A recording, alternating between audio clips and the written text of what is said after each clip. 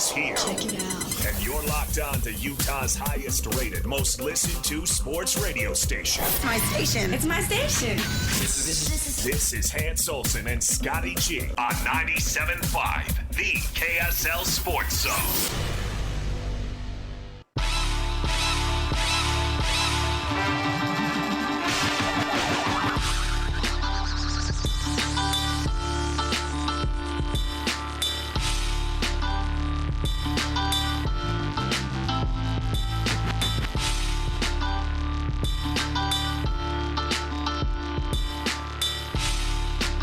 Hey, time to make the donuts. Hans and Scotty, 97.5, the KSL Sports. Okay, now I hear it.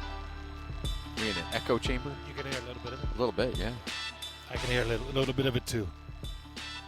How's everybody doing? We doing all right? I think we're doing okay. We just got to get this sound going in our ears a little bit. Does it sound like we are broadcasting from a hallway, Lloyd? No, it does not. As long as it sounds okay on your end. It sounds Okay. really weird on our end. Well, what's weird is you sound okay in my ear, but I don't sound same. okay You in my sound ear. okay. I sound weird. Things that you don't deal with often for Nope. 500, Alex. It's not that weird double audio thing you get. No. But It's just weird that we sound different in our own ear. yeah. We'll get used to it. Yeah, we'll figure it out. How you doing? I'm doing great. Can't complain one bit. And not that anybody cares anyway, so. Everybody's wants to know how our Scotty is doing. Come on. Oh, I don't believe that. You're the hero of the show. No, that's not true. This is the Hans Olsen Show with Scott No, Gerard. that's not true. Dude, I went down some pretty serious food porn images that have really got me shook. Really? Wow, yeah. Really got me shook. That's one thing, and it's probably not healthy mentally for me, but I have, since you and I have been on this little weight loss journey, that has been something that is kind of like, even though you're actually not trying the food, it's placated me a little bit in watching people cook and do food challenges and stuff like that. For some reason, I don't know, I'm like, okay, I'll watch other people enjoy food or make food. And Yep. And there's some people out there doing some damage. Well, I got into some photographs that I think are desensitizing me a little bit. You're getting all the buzzwords from church, aren't you? Applying them to food. Some things that make me feel These release guilty. a chemical in your brain that's the same as cocaine. And now when I eat normal food, it just doesn't taste like what I envisioned it tasting like on the pictures. I do. You need to finish, but I do have a beef, no pun intended, with a tweet that you sent out yesterday afternoon. Okay, well, is it food related? Yes. Okay, let's get into that because we need to get some things out of the way before we get going here. A good garlic compound butter on a ribeye is spectacular. Really? Yeah. I mean, I guess you could put garlic butter on any type of beef. Yeah. But I was just surprised that you didn't have ribeye on that list. I've always felt like ribeye has enough flavor and enough fat and enough grease to satisfy my need for that buttery goodness. Like a New York steak has that nice trim that goes right along the edge, but it's pretty lean cut of beef. That's my favorite cut of steak, to put a big old dollop of garlic butter or some form of tasty butter on top. It's the New York steak. That's my favorite strip. And then I really like it on my tri-tip. But my ribeyes are typically, when it's a good ribeye, it's fatty enough, it's greasy enough, it's salty, it's flavorful enough that I just don't need the butter on it. See, do you need it? No. Do you like it? I do. Well, to each their own. Yeah. I almost feel like it's taking a cake that has icing on it and then putting icing on it, if that makes sense. Like it's Again, tell me where the problem is here. Well, over icing on cake for me. But look, there are some ribeyes that I've had that I'm like, this needs butter. Yeah. This needs a good, but a good ribeye steak. And somebody was like, well, don't you like Ruth's Chris? Yeah, well, I do. I like a Ruth's Chris steak very much. Very much. I like the and they said, well, they do butter up their ribeyes. Yeah, they do. You know what I want? There's two things I want. I want, however Ruth's cooks their steaks, I want the exact same thing. And you were telling me about it. They got it some oven that busts it out at. Oh yeah, they do. Like it's almost like a pizza oven where they cook it at like 800 degrees or 700 degrees or something like that. Okay, good news. I got one of those rock boxes that cooks pizzas at between 800 and 1,000 degrees. Oh, there you go. So is that something I need to look into? I think searing my steak in that? You know what? Go to Costco, get you a, don't get a prime, but get a choice ribeye. Yeah. That may not be as expensive as a prime, and give it a shot. And fire that sucker up. Give that sucker a heavy seasoning and throw it in there. I literally didn't think about it till now. Yeah. So those plates that they put their steaks on, is that a specialized heated plate? Because those plates come out at 1,000,000 degrees. Yeah, that's a good question. Those suckers burn like the sun. I got to imagine those ceramic. Yeah, but you probably need something a little special on there. Because I wouldn't put your family china in those things. This came across the plains with my Danish ancestors, and it can handle the heat of the rock box stone. Don't you question me. Or that you and Amanda, hit the little gun at it, Bed Bath & Beyond before the wedding. What? Like the little, didn't you go around when yes. When Pick you it on the registry? And Yeah. they gave you the little UPC gun, and you're like, I want that. Click, click, click, click, click. Kids don't do that anymore, do they? No, they just do it on Amazon now. Now you just buy something and it's shipped out to them. Yeah. Which is actually kind of nice. It is. Especially when they give you $5 options. Like this box of chiclets would be really good. All right. Oh, a box of Tic Tacs. Okay. Well, there you go. Fresh breath on your honeymoon. And it's all because of me. But I want to find those plates. Because those plates, that butter melts down onto the plate. And what I really enjoy is just cutting my New York strip down. Yeah. I typically get in New York from Ruth's Chris. I cut it down. I dip it down in that butter while it's still sizzling. And, you can get most of that steak down before that plate really starts to cool. How about you get one of these, it looks like, one of these fajita steaks. Oh, like a cast iron. Yeah. Yeah, that'd work. That's not a bad option, too. Slide that in there. Yeah. Because that rock box does have a big heating stone. Yeah. I've cooked a couple pizzas on it. I forgot to tell you that I started doing that. Oh, dude, the Stonefire pizza. I love Stonefire pizza. I'm pretty impressed by it. Those are fun. But I have a hard time getting the right crust. Crust is a problem. It's a 78-hour process. Yes, yeah. The crust has to really. And I'm not as good as patiently waiting for that as I should be. Are there pre-made crusts for the rock box? You know what I do? Well, I don't know for the rock box, but there's a couple of restaurants by my house where I'll just go and I'm like, hey, can I buy some of the dough? And they'll just give you some of the dough, and it's proofed and it's been there, all that, and so that's what I do because I'm lazy. That's not and you a can bad get it idea. for like the place I get. They give you like a big ball of dough for like $3. Yeah, dough is the biggest issue with doing those things because it takes forever and it dirties up everything. Oh, just the worst. It does. It dirties up everything. I also do with that rock box. You have to really flour the bottom. Do a little cornmeal. Yeah, that's the other thing. You got to slide it off that getting tray. off the thing. Yes. Like absolutely. I've never realized what went into pizza cooking. Yeah. Yep. It's quite the process, and you got to put the right amount of sauce, or it softens up the middle, and it won't crisp up the middle of the dough. But once you hit it, it's great.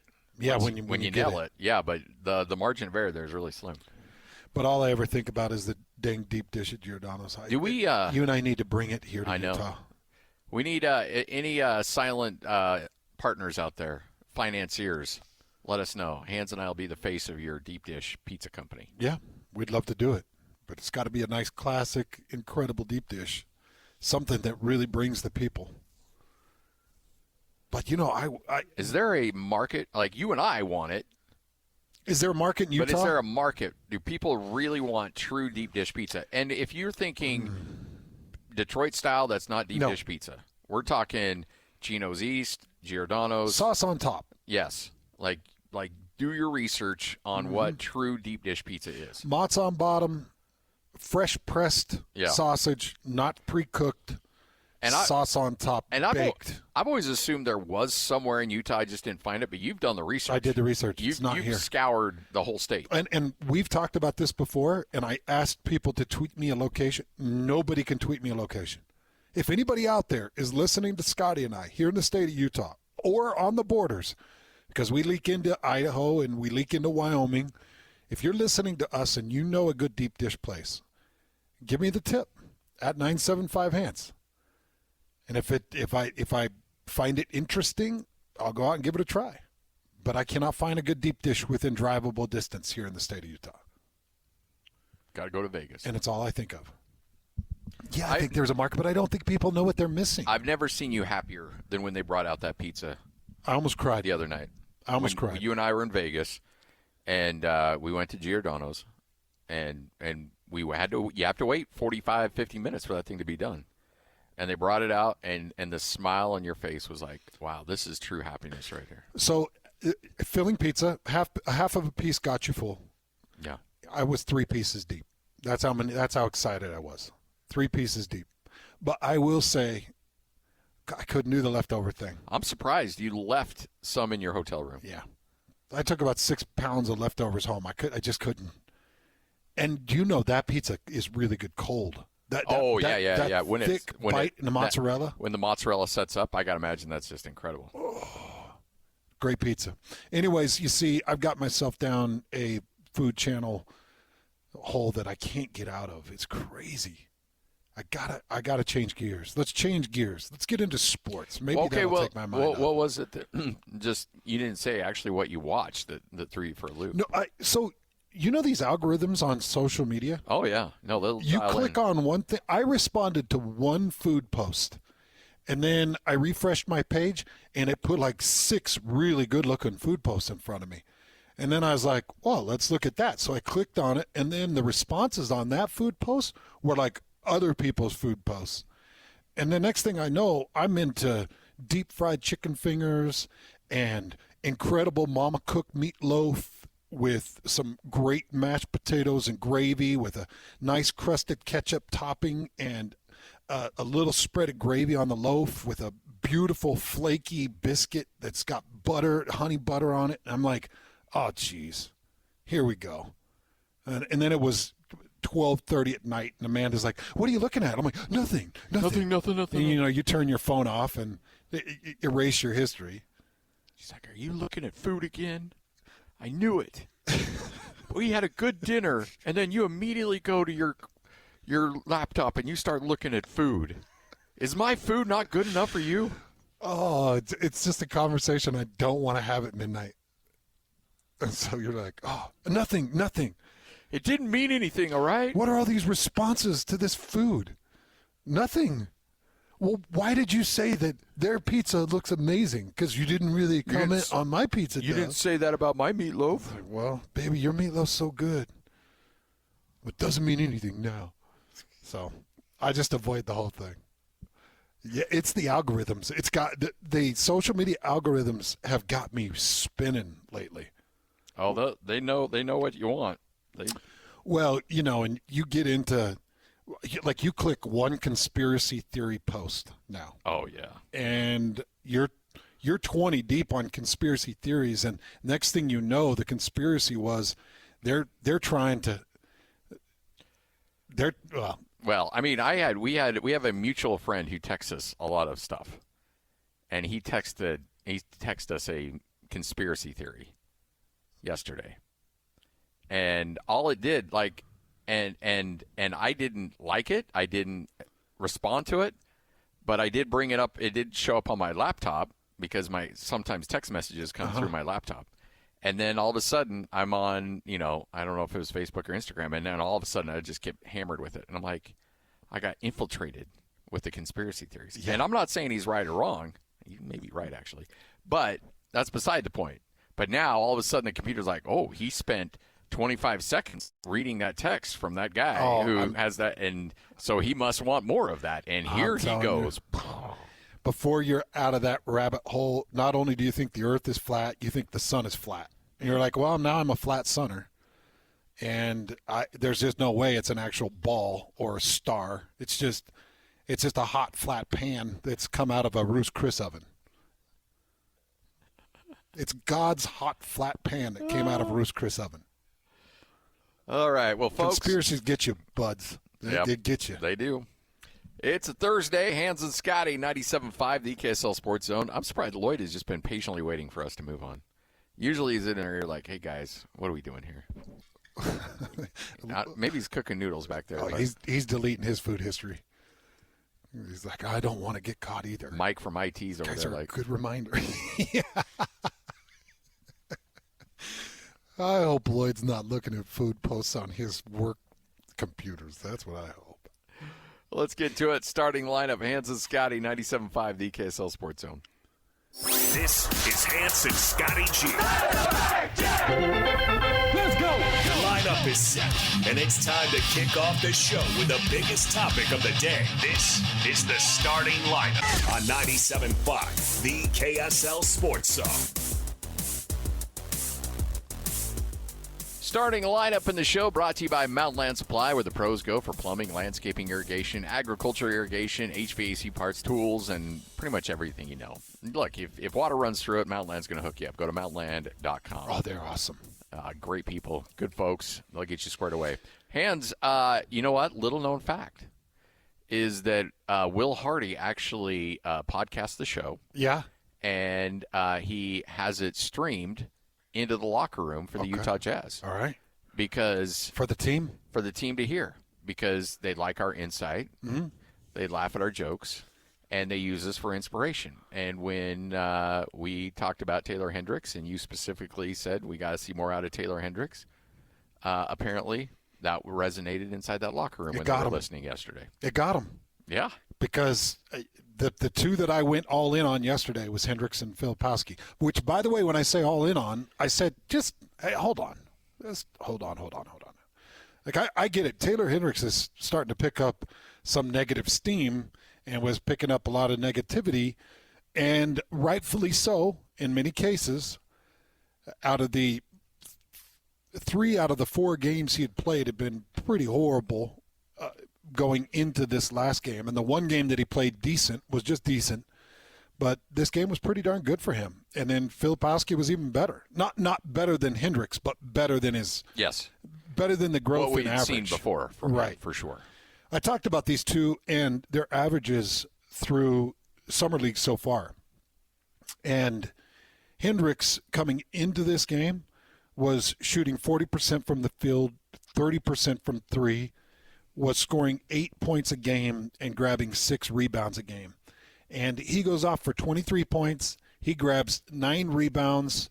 He shot 90% from the field. And he shot 75% from 3. What's 3 or 4? Is that 75%? 75%, yeah. He shot 75% from the field. That's pretty darn good. You'll take it. Yeah, absolutely. So great by Taylor Hendricks. It was fantastic. But the one that really needed to show something, actually, Hendricks has more of an emergent need to show something because he's in the second year, and you've got a roster to fill. There's minutes available for the court in this coming regular season. You know, there's a lot of minutes available. Yeah. That's why having Sensabaugh go down with this finger injury, when you're trying to figure out how you're going to distribute minutes, Sensabaugh can't be out right now. Like he needed to establish, wait a second, I am worthy of those minutes because there are a lot of minutes to be had. This isn't one of those crazy logjam rosters. You remember we've had some Jazz logjam rosters where we're like, good luck on a forward trying to find minutes on this roster. Yeah. I think there's open minutes everywhere on this Jazz roster for people to fill if they step up and do it. So that's why it's important for Hendricks. As far as Filipowski, it's like, okay, well, start to gain a little bit of steam. And let's see what you can do. Because Filipowski, coming into this game last night or yesterday against Toronto, was shooting 8% from 3 on 1 of 12 shooting, was shooting 36 from the field at 12 of 33, and was only scoring 6 points a game. And Filipowski goes out, hits 9 of 16. He takes 3 opportunities off the outside, goes 2 of 3, and he puts up 20 points. And he grabs 7 rebounds. And this team ends up just kind of dismantling the Raptors essentially through three quarters, dismantled the Raptors. Yeah. And I get it. It's summer league, but you know what I'm saying. Yeah. For what it is. I think Jazz fans look. And just to reiterate your point there, I think that yes, it's just summer league, and we can just take a step back and realize, okay, well, it is summer league. It's really not that big a deal. Okay, but we needed to see something. Yeah. We needed to see a little glimmer of hope from Taylor Hendricks. We needed to see something from Filipowski. But mostly Taylor Hendricks, because you're right. And imagine him seeing Keontae George get sent home. And you're like, I was picked 7 spots ahead of him. And yet Keontae's the one that gets kicked out and said, you don't need to be here. Go home. Enjoy the rest of your summer.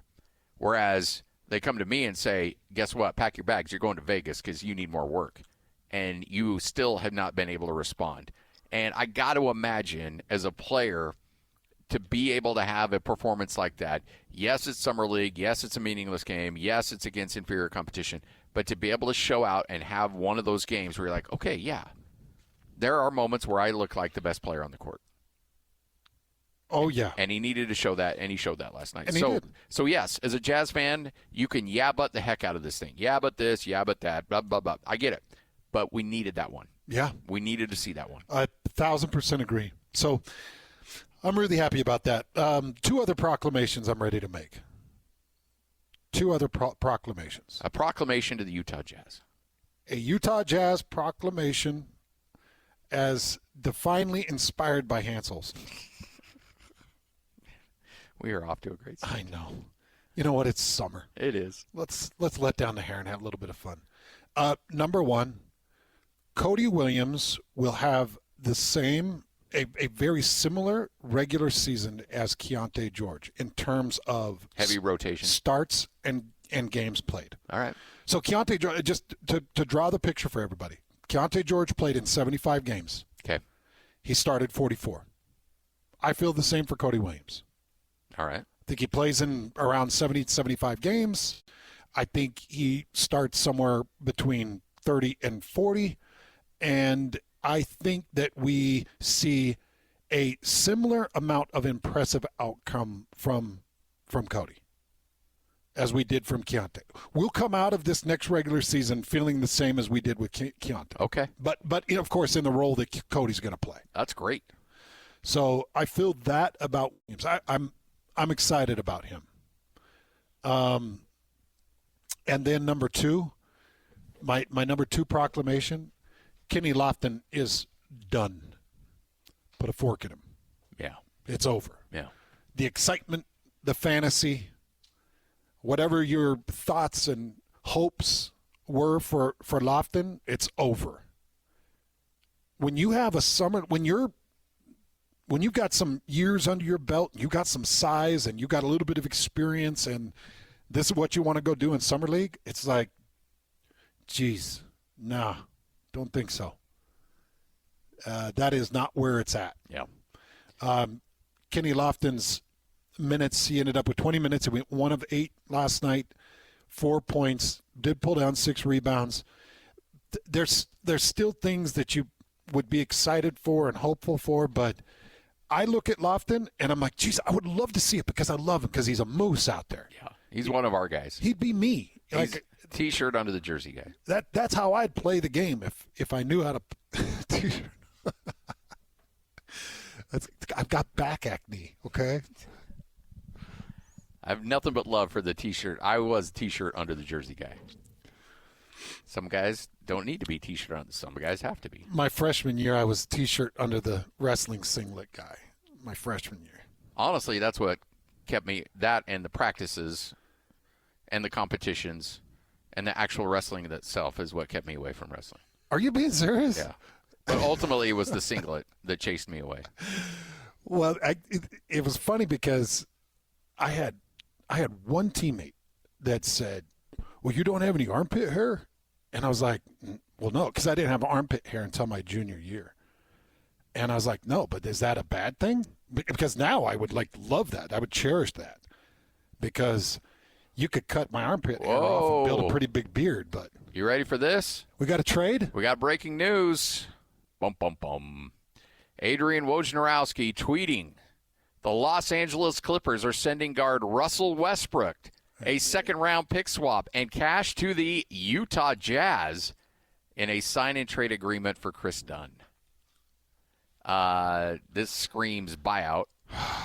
He's already been through here once. Yes, Russell Westbrook, a former Jazz man, back with Utah. Now back with the Utah Jazz. All right, we'll get you the details on that coming up next. 97.5, the KSL Sports Zone.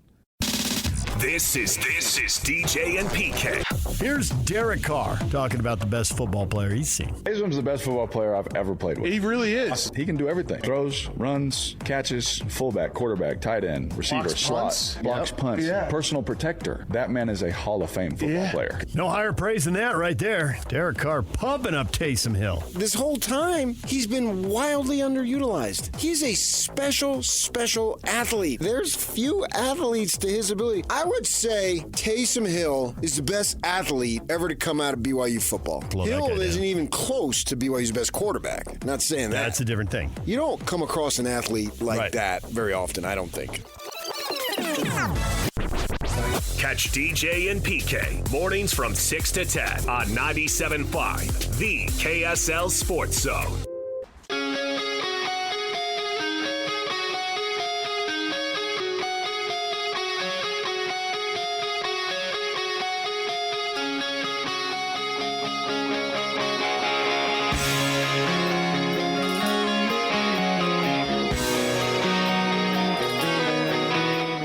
And Scotty, 97.5, the KSL Sports Zone.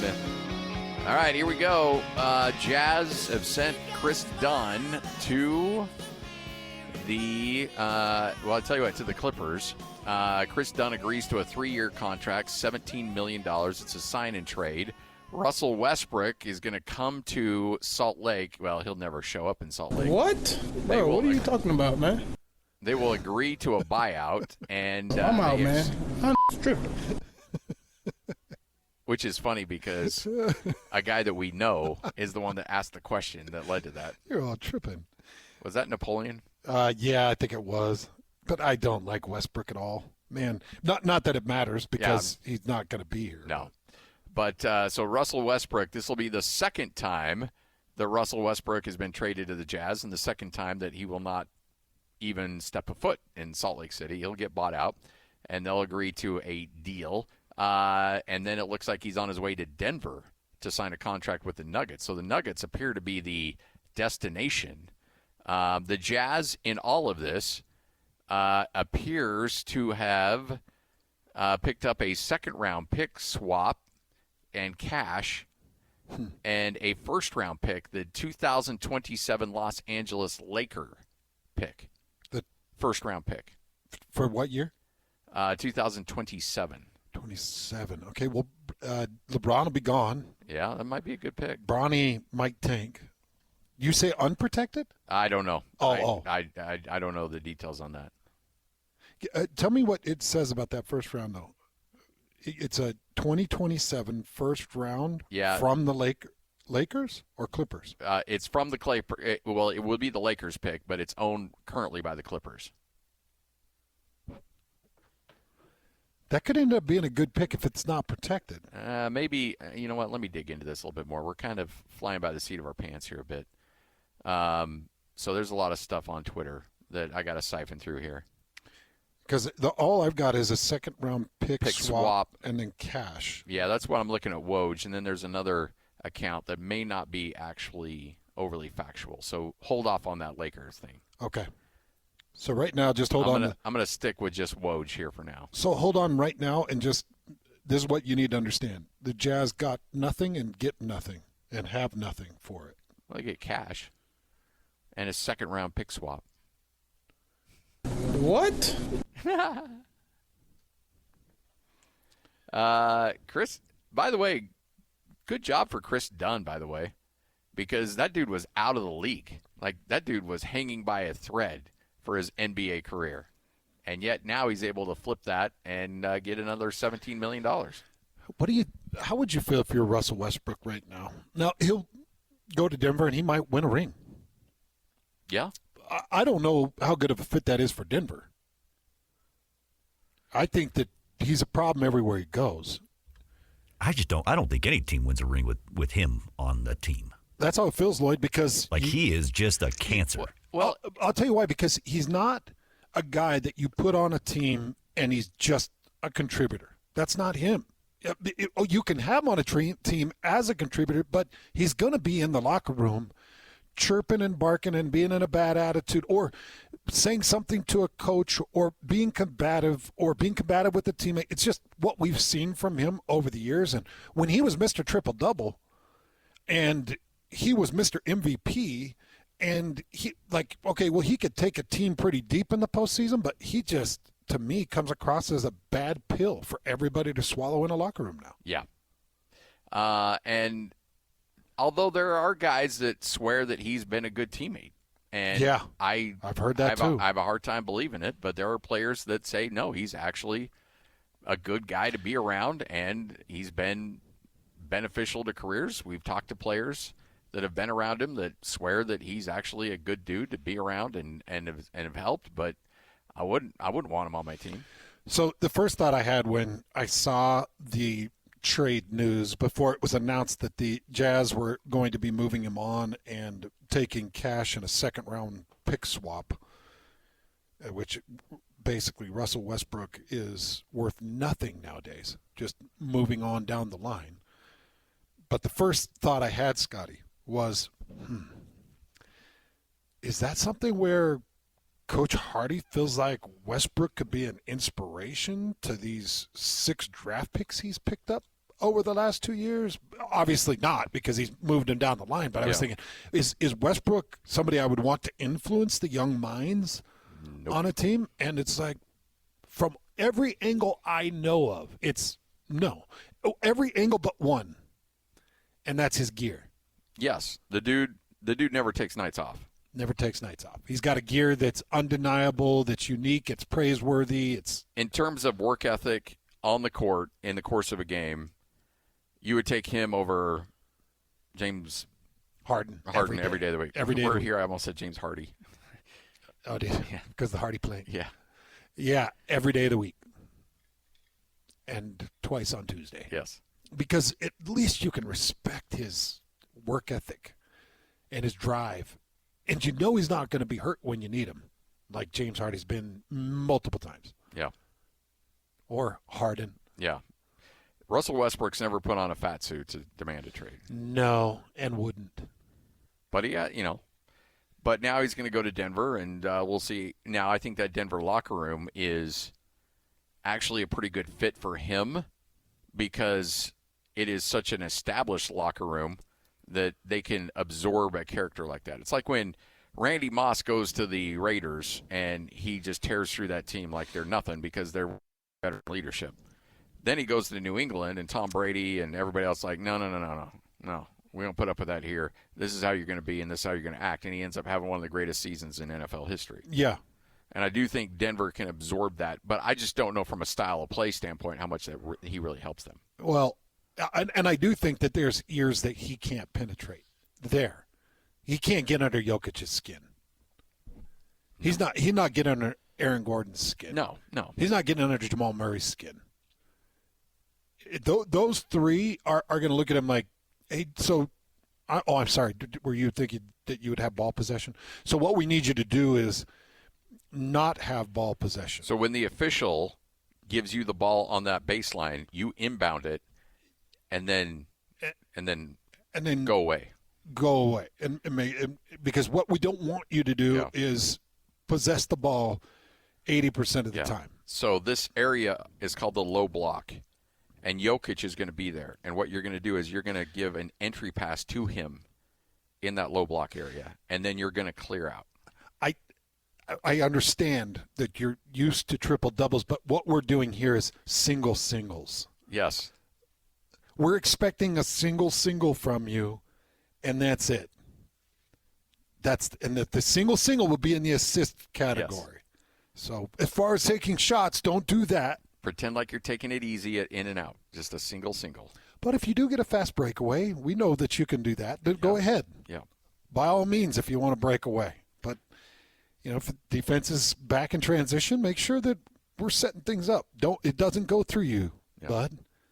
Denver's got to be really I was thinking about one guy I would like to see influence these young minds for the Utah Jazz. This is my opinion, and it's probably an unpopular opinion for a lot of Jazz fans. I'd like to see Chris Paul, a Chris Paul mentality influence him, at least for 1 year or 2 years. See, that's one of my favorite things about Mountain Mike. Mike Conley was one guy that you could trust that he was going to teach these guys how to be professionals. Yeah. What's expected of them to be professionals. Now, he's in Minnesota, and they might go win one. They could. Oh, yeah. Very, very easily. They could. Absolutely. And so Mountain Mike, he's got the mentality and personality. I always loved having him in the locker room. I liked having Derek Favors in the locker room. Oh, yeah. Because I always felt like Derek was in there doing right by the rookies or by the draft picks. I liked Paul Millsap in the locker room.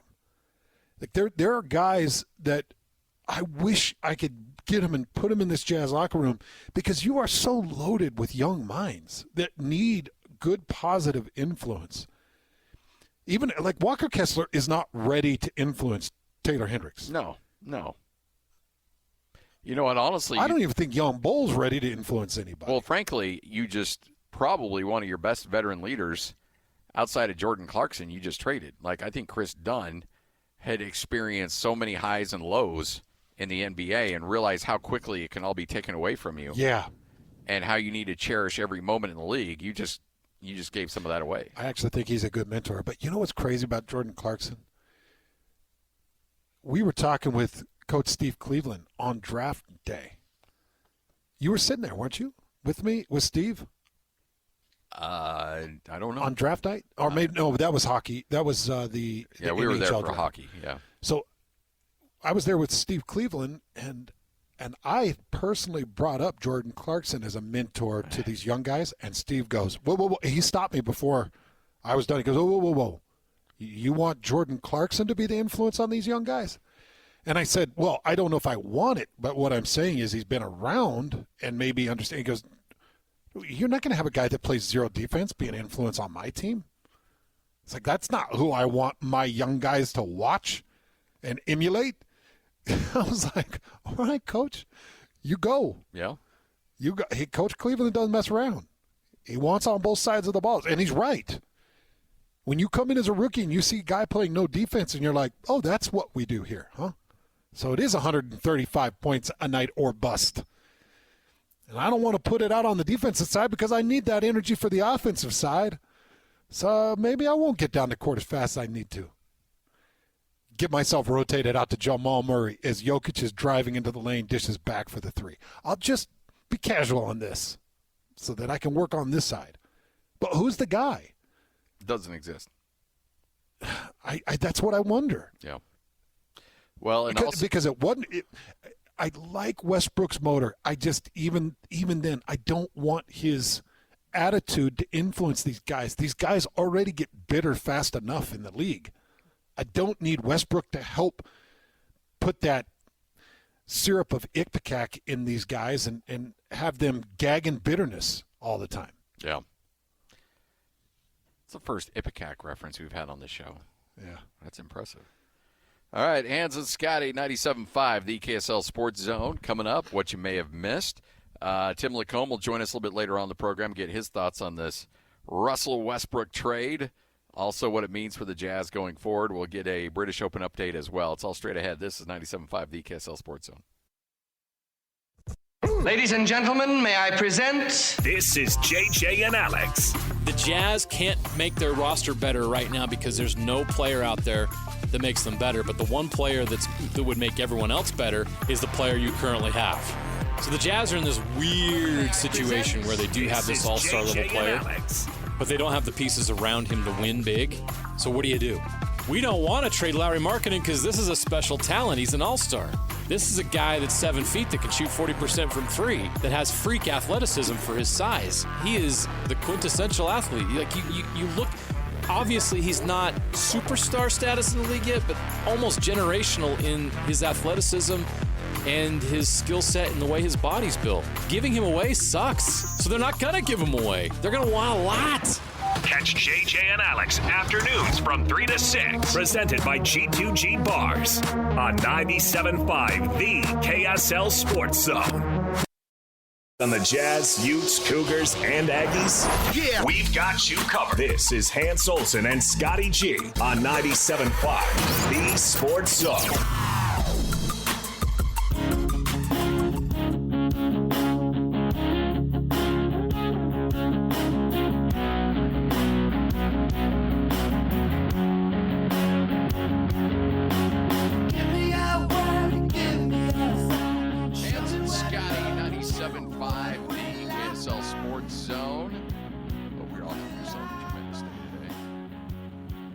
By the way, get the official debit card of the Utah Jazz, University of Utah Sports, Real Salt Lake, and more exclusively at America First Credit Union. Do you remember the last thing Lloyd told me in our major pain in the butt yesterday?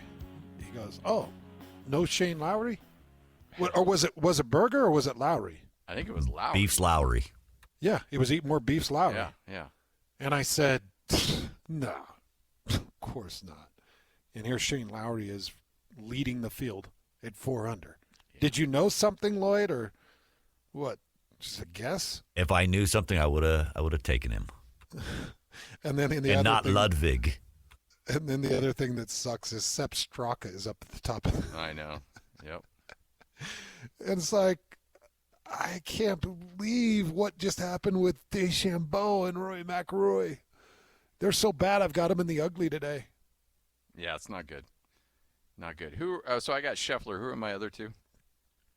Let me look them up. You've got Scotty Scheffler was your number 1 overall pick. You went with, in your second pick, you went with Morikawa, and then you picked up John Rahm. Of course, Morikawa is +2. Where is Rahm? Rahm's at +2. Oh, good. So my winning streak's coming to an end. No, it's not, because McIlroy's +7, DeChambeau's +5. And remember, Lloyd Cole decided to go with the no-name picks. But they're not doing terrible.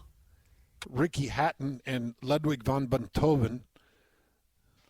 They're like 4 over together, I think. Sound like Muppet characters. I know, that's what Meanwhile, my guy Schauffele is Schauffele's tearing it up. Is he? Yeah, he's at -2. Oh, man. He's 2 shots off the lead. Oh, man. It's all Adam Scott, where did he come from? He's old. He's old. He's got the anchored belly putter. He drove a golf cart to the actual course. Who's this guy? Get out of here. Justin Rose? Come on. The David James of the PGA Tour? Whoa. Justin Rose. What is that? What? Oh, he looks exactly like David. I see. Okay.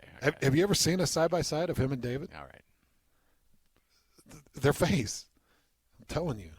He's the David James of the PGA Tour. Like, come on, get out of here, Justin. But Tony Finau, I did get Tony, and he's holding it even. Yes.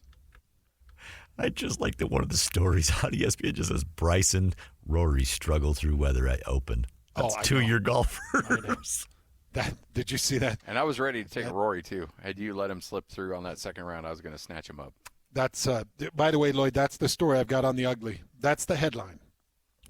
And those were my first 2 picks. So big thanks to those guys. They finished number 1 and number 2 in the Open. And then they go across the sea and they can't even find a green. Yeah. All right, Hans and Scotty right here on 97.5, the KSL Sports Zone. This Uinta Golf Open Championship update is brought to you by Mountain Land Supply, Zions Bank, Black Desert Resort, Hoops Vision, and Siegfried and Jensen. And now, Real Golf Radio's Bob Casper. Hans and Scotty, 97.5, the KSL Sports Zone. Time to check in with the man, the myth, the legend. He's forgotten more about golf than you'll ever know, and he's a better player than you'll ever dream to be. Bob Casper, kind enough to hang out with us. Bob, how you doing? Hey, Bob. Hey, boys. How you doing? Does Shane Lowry know this course like the back of his hand, being from Clare, Ireland? Well, you know, the interesting thing about Shane Lowry is he's a former Open champion golfer of the year, as they call it. He won in his native country of Ireland. But you know what? He's cut his teeth on playing links-style golf and playing a lot of tournaments in Europe and playing a lot of links golf courses. And I was listening to Paul McGinley last night on the Golf Channel, and he picked Shane Lowry, which he's totally flying under the radar, and he just hit a beautiful shot into the 18th hole about 5 or 6 feet right of the hole, and I expect him to make it. I expect him to shoot 5 under par because this is the kind of golf that he likes. And, Shane Lowry is playing a great round of golf right now. So we always ask you this when we talk about various players that, jump out on the scene on day one. And obviously Shane Lowry's not a nobody. I mean, he's put together a really good career. But this seems like this is sustainable for him. This seems like this is a guy that's going to be hanging around on Sunday and has a chance to bring this home. Don't you? Yeah, and it all depends on getting through the first couple of days and what it looks like on the weekend. The weather report doesn't look nice for the next couple of days. But having said that, he's used to it. So I expect him to be around, and I expect him to contend and be there on the weekend, no doubt. So you got a couple of other big names that are up that board. Justin Thomas right now, Justin Rose. Any of these guys going to hang on? Xander Schauffele, I think, is at T4 right now. Last time, he's 2 under par. He just finished. Yeah, I think Justin Thomas, he figured some things out, and he came with a new putter to the Scottish Open, and I think he's trending. I definitely think that Xander Schauffele will be there. He's just playing some phenomenal golf, and his play in the majors, his play in general has been amazing. So another guy that we don't see a lot, that has never won a major, he's won a few times on the PGA Tour, is Russell Henley. He played with Tony Finau today, and Russell, it seems like he gets in majors and he's a different player. He's played well in a lot of majors, but here he is again, tied for 4th at 2 under par after the first round. But as we've always talked about, there's a sifting. There's guys that'll play well. I don't expect Daniel Brown to be there. Maybe Alex Noren, maybe Hjolgaard. But there's a lot of guys up there that I wouldn't expect to see on Sunday afternoon. Really was impressed with Justin Thomas. He had the double on 12 and then followed up with a bogey on 13. So he gives up 3 shots right there. And yet he's able to rebound and turn that round around to where he now is just 1 shot off the lead. He could have folded up pretty quickly after that, but fought through it and got himself in contention. Yeah, it was kind of interesting this morning. The winds were up a little bit more, and the rain was coming down, and he got to 4 under par pretty quick. And then all of a sudden, I took a little cat nap, and the next thing I knew, he was at 1 under par. And you know what? He turned it around, like you said, on the last 2 holes. Hit probably 5 or 6 iron from 238 yards on the 17th hole, the par 3, and knocked it about 4 or 5 feet and made that, and then made a nice birdie putt on the 18th hole from about 25 feet. So it's good to see Justin Thomas playing nicely again, and I'm excited to see what he does the rest of the week. Give us your take on Tony Finau's opening round. It was a good round. For the most part, Tony played really consistent golf. He didn't hit a lot of drivers off the tee. He didn't have to. And he putted okay. 2 birdies, 2 bogeys. He missed about a 6 to 7 footer on the last hole. It was kind of going uphill a little bit left to right, and he didn't hit it hard enough. But you know what? 71. This is where he played his first ever Open Championship, was at Royal Troon in 2016. And he goes out and he shoots 71 today, right there inside the top 20 with a lot of golf still left to play. So I really liked what Tony was able to do today. It seemed like the toughest conditions were in the morning, and he played some really consistent, strong golf. So based on the weather and the course and what you've seen, you nailed it last tournament on how you thought the winning score would play out going through the weekend. What do you think the score will look like coming up on Sunday of the guy who brings home the title? Well, I think it's going to be somewhere between 10 and 15. Especially if we get weather, it could be higher than that. So it could be like 8 under par. I meant when I'm talking lower, I'm talking more under par. So I don't think with weather coming in, it's going to get better than 15. It may not get better than 12, but it's nowhere going to get near what Hendricks Stenson did when he won in 2016 and shot 20 under par. There was no problems, no weather, everything, and Hendricks Stenson and Phil Mickelson were able to just take it to everybody in the field. I think the next guy was Paul Lawrie, that was like around 6 or 7 under par, something like that. Bob, do you think we'll ever see Tiger Woods play a meaningful round of golf in a final day in a major again? Hans, I was telling my wife and I was talking to Brian earlier, and I'm watching him play, and I'm going, man, he sure looks old.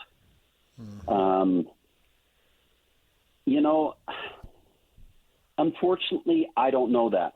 I would hope that he would.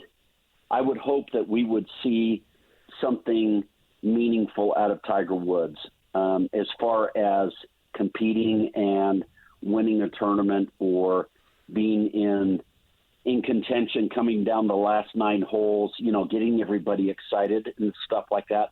I just don't see it right now. He doesn't play enough. He doesn't get enough reps. He doesn't have enough competition under his belt. I mean, the majors that he's played in this year, he's yet to shoot an under par score, and it's hard to see because for the most part, I grew up watching Dad and Jack and Arnold and Gary and those guys, and watching them battle it out in majors, and then Tiger comes along, and takes the reins from Norman and those guys, and he was the guy. He's the guy. And we loved watching him compete. We loved watching him just tear everybody up and tear golf courses up. And unfortunately, with all the accidents and the surgeries and his age and everything, it's just kind of a little sad to see him play just mediocre golf. And I'll guarantee he doesn't like it either. I never had the opportunity to watch Tiger play live in person. You saw him so many times. You know the game so well. When you were watching him and the amount of effort and work that he put into those swings, could you tell that he's like, eesh, this guy, this might be doing some damage to the body down the line? Well, I think some of it. I think initially, with his club head speed, he really kind of snapped his left knee and straightened it really quickly on the downswing to help create that speed. Well, that knee was the first thing that he needed to have work on for the most part. So, there were things, but a lot of the things were, almost seemed like a little self-imposed with his workouts. How he, he worked out like his workouts are like what football players do, with strength and high impact and everything, and then he's out running and, when he's running across grass and stuff like that, he steps in a hole and kind of buckles his knee a little bit, and he has to get that fixed. And then all that high impact stuff takes a toll on his back, and he has to have, microdiscectomy surgery, and then he has to have his back fused. And, then he has car accidents and, everything that goes along with it. That's what I told Brian when he started out and he started winning on such a tear. How healthy is he going to be? What's his longevity going to be with his health and stuff like that? And it's taken a toll. 82 times he's won on the PGA Tour, more so around the world. And then, he's got 15 majors. this guy is the GOAT, is the GOAT of our generation, and is neck and neck with Jack Nicklaus as far as generations are concerned. It's pretty cool. Was the Golden Bear, was he not that violent on his body? No, it wasn't even close to that during that era and my dad's era. Those guys never worked out. They never lifted weights. They never did anything like that. What they did is they watched what they ate, and they went out and played golf and honed their skills on the practice range and playing golf. My dad never loved to stand on the range and hit ball after ball after ball after ball. My dad loved to go out and see a golf course at different times during the day. He would tee off in practice rounds in the morning or later in the afternoon because he was going to have to play at both those times. So those guys worked it out on the golf course. They didn't work it out in the gym. Was it Tiger who kind of ushered in the workout level of this? Because now all the players take this stuff very seriously. So, was it Tiger who kind of introduced everybody to that and said, okay, and everybody else is like, well, geez, we got to keep up with this guy now? So Tiger wasn't even on the tour when I caddied for Keith Clearwater in 1992, and Keith Clearwater lifted every day. Every day we were in the gym when I was caddying for him in 1992. Tiger came along in 96, and then he made it fashionable. And people would say about Keith that he's going to get too muscle bound and he's not going to be able to swing and stuff like that. And Keith did extremely well on tour. He won a couple times, and the year I caddied for him, he finished, I think, top 20 or top 15 on the PGA Tour that year without a win. And then Tiger comes along and he sets the world and the golf world on its ear because he's able to do things that nobody else is able to do and work out the way that nobody else had even thought about working out. And, Tiger is most known for it, but when I was caddying for Keith Clearwater, he was the guy that kind of started it all. These golf pros that play on the tour for 10-plus years, Bob, what type of breakdown do you see in their bodies? It just depends. You see a lot of guys in their younger ages getting microdiscectomy surgeries and surgeries on their back and that kind of thing. It just depends on what they're able to do, but every single one of them has a trainer. Every single one of them does agility stuff. They do impact workouts. They do deadlifts. They do squats. They do everything to increase their strength and to help increase their speed so they can hit it as far as they can and be as fit as they can. So it's a totally different world these days, and that's why you're seeing guys hitting the ball so far in today's game. Bob Casper joining us right here on 97.5, the KSL Sports Zone, British Open round number 1. As Shane Lowry birdies that final hole, so he is now all by himself at 5 under. Now, Daniel Brown is at 4 under, and he still has several holes to play, so he could conceivably walk away as your day one leader, but you don't think he's got it in him to stick around for through Sunday, correct? I don't know Daniel Brown that much, but he's a name that not a lot of people know. So, probably plays European Tour and made it off the European Tour or had to qualify. And he's playing a great round, don't get me wrong. He's playing later in the day, and the conditions got easier. The toughest conditions were in the morning and the early part of the afternoon rounds. And good for him. Great for him to see him playing well. It's like I said, I just don't think he's going to be sticking around. Like you said, Xander Schauffele at 2 under par, Scheffler at 1 under par. And he's finished. Tony at even par. And then some guys that were really shocking. Rory shooting 7 over par today. Also, some of the other guys that are quite a ways down. Morikawa shooting 2 over par was a shock to me. I thought he would be under par. And then, there's just a lot of them that I totally thought would be up and possibly in the mix, and they aren't. Oberg was another one it's kind of interesting to see. But those guys all went off early and got the brunt of the weather. Does 7 over for Rory, does that take him completely out of any conversation for any potential push? Okay, so let's see where Rory's at. Rory is tied for 132nd in the field right now at 7 over par. Rory has to... You can make that work. You're okay. Rory has to gain 60 spots tomorrow, even just to make the cut. Oh, jeez. Okay? Oh. He's going to have to get to the top. It's probably 60 in ties or 70 in ties to make the cut. All right? So after the first round, I would say yes, he shot himself out of even having a chance to win the golf tournament. All right, Bob, you ready to feel old? I am really old. I just turned 64 last Sunday morning. Well, so, you remember where you were at and what you were watching 25 years ago today? 25 years ago today. Okay, tell me. It was the infamous Jean Van de Velde meltdown. Oh, isn't that the truth?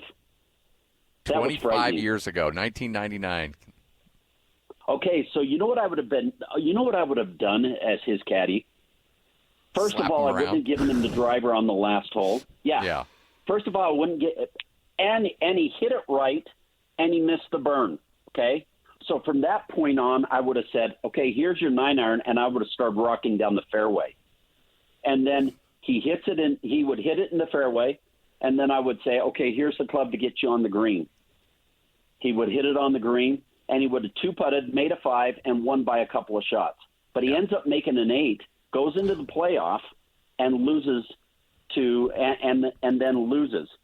So the funny thing is I think it was the Golf Channel or somebody had him go back and use a putter for the whole hole. And he scored better with a putter than he did with all of his golf clubs. Oh, no way. He made a 7. He made a 3-shot lead going into 18. Yeah, he had a 3-shot lead going to 18. Yep. Oh, that makes you sick. And when he's standing in the water, he takes his shoes off, and it looks like he's going to try to hit it out of the water. Here's the other thing, too. A lot of people forget. I was watching it again this morning, and he has to hit a crazy good shot just to get it within 6 feet to send it to overtime. To save the 8? Right. To save the 8. Like, he actually had to hit a really good shot just to get himself a putt to save 8. Yep, that's right. That's right. Was that a par 5? Yeah. No, it's par 4. Oh, was it a par 4? Oh, my God. It's a par 4. Oh, that's right. Yeah, you're right. Yep. Yeah. And he so put he made a quadruple bogey on the last hole just to make it into the playoff. That's the most epic collapse all time, right? That was PHG is what I call that, pre-hands golf. Yeah. So pre-hands golf. That's awesome. The most epic collapse on the last hole. I think if you're talking final round, last 9 holes, right? It would have been Arnold and my dad when my dad beat him in the U.S. Open, 7 shots down with 9 holes to play, and my dad tied him and beat him the next day. And then it would be Greg Norman at the Masters, 5-shot lead going to the last round, and he ended up losing to Nick Faldo. Oh, yeah. Geez. Yeah. Tough times. Well, golf can play funny tricks on anybody. Do you remember watching that live, though, Bob? Oh, yeah. Absolutely. Which one? The Van de Velde. Van de Velde. Yeah. Yeah. Oh, man. Yeah, when somebody spits the bit like that now, or kind of close, maybe 1 or 2 shots, something like that, they call it the Van de Velde. Yeah. Pulling a Van de Velde. That would have been fun to have social media and Twitter up on with that going on. Yeah, we didn't have any of that. Nope. We didn't have any of that. And, we have the caddy on every week, and he talks about, all these stories and everything. He said, I would have just given him a wedge or a 9-iron and just kept walking towards the green. Say, hit that. Okay? We can make 6 here, and you're fine. Yeah. Just keep walking. Don't let him reach into the bag for anything else. Oh, boy. So, well, you're the best. We appreciate it. Busy show, I'm sure, coming up on Saturday. Enjoy the rest of the tournament, and let's catch up next week and recap this whole thing, okay? You got it, guys. Take care. Thanks. Thanks, Bob. There he is, the great Bob Casper right here on 97.5, the KSL Sports Zone. If you're too young to know, and he played the hole with a putter, and yeah, if you're too young to have watched it or to remember it, or if you completely forgot it, go on YouTube and go 1999 British Open, Jean Van de Velde final round, final hole, 18, and it is a master class in choking. Like It'll make you cry. You will not find anything closer to the definition of the word choke than that guy. From the decision making to the execution to everything that goes along to it, it was just horrific to watch. Do you think that's true that he did go back and play the hole with just a putter and hit a 7? I mean, I don't think Bob would lie to you about that. That's true? What do you do? Just I've never heard the that putter story. off the tee and get yourself at maybe 60 yards and then another 60 off your fairway? Hey, look, you're Mr. Texas Crutch, man. Oh, dude, I do. Yeah, I get that Texas wedger out. Or wedge, yeah. Well, they call it the Texas Crutch too. I'll take that Texas wedge all the way down the fairway. I don't care. He will wedge the hell out of you. I've seen so many crazy shots from you on that Texas wedge, man. It is the stupidest And thing it doesn't I've hold a ever seen. candle to how many times Lloyd's seen it. Lloyd's seen it way more than I have, too. Lloyd took me to a Crown Green He golf has course. broken my. Yeah, I took him to a course that it should hold up against this. You shouldn't be able to do the Texas wedge from these. And Weird, though, sure enough, the Crown actually felt better into my wedge than because I was able to really Texas wedge it into the side of the green and slow it down to kind of trickle up to the flag. Jeez, the way you break it down is just. Well, you see what I did. What you do with the Texas wedge? The wind speed was such that day. How they started trying to tiger-proof courses. I tried to hands-proof it. I tried to give it help me, and he still did it. Lloyd, you could thump me right now. I think I've got one round of golf under my belt, and that was that foursome at BYU Media Days. By the way, you're talking to Bob about how if Tiger could get back, there's no. You know what? I've told you how bad my shoulder is hurting, and I've had 3 shoulder surgeries. There's no way.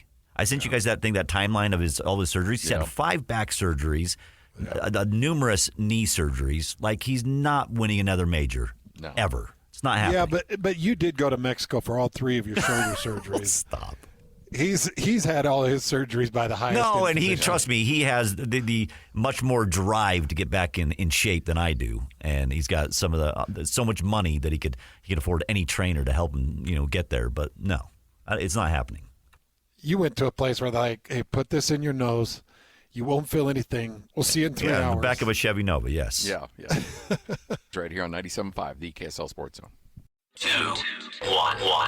It's the 10th annual Top 60 and 60. Get your college football fix every day at 1:30 as the Zone counts you down to the start of the 2024 season by listing off the top 60 players in the state of Utah as voted on by the local media and you, the fans.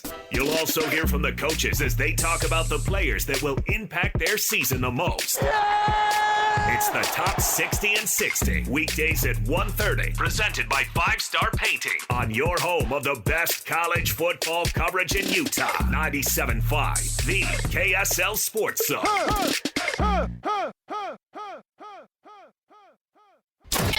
Number 1. Miss any part of the show? Every moment of every show is available in podcast form by searching Hans and Scotty on your favorite podcasting platform or online at KSLSports.com. This is Hans Olsen and Scotty G on 97.5, the KSL Sports Zone.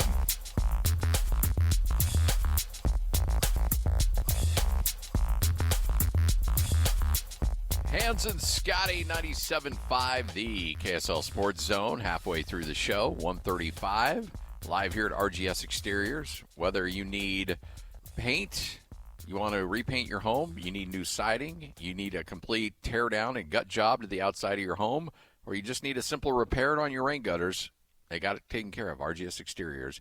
Give them a call, 801-280-3110. That's 801-280-3110. Hans, we are so close to the halfway point of this top 60 and 60. Is this our last one before half? Yep, 31 is today. Shoot, I forgot who was half. I know who's today. Yeah.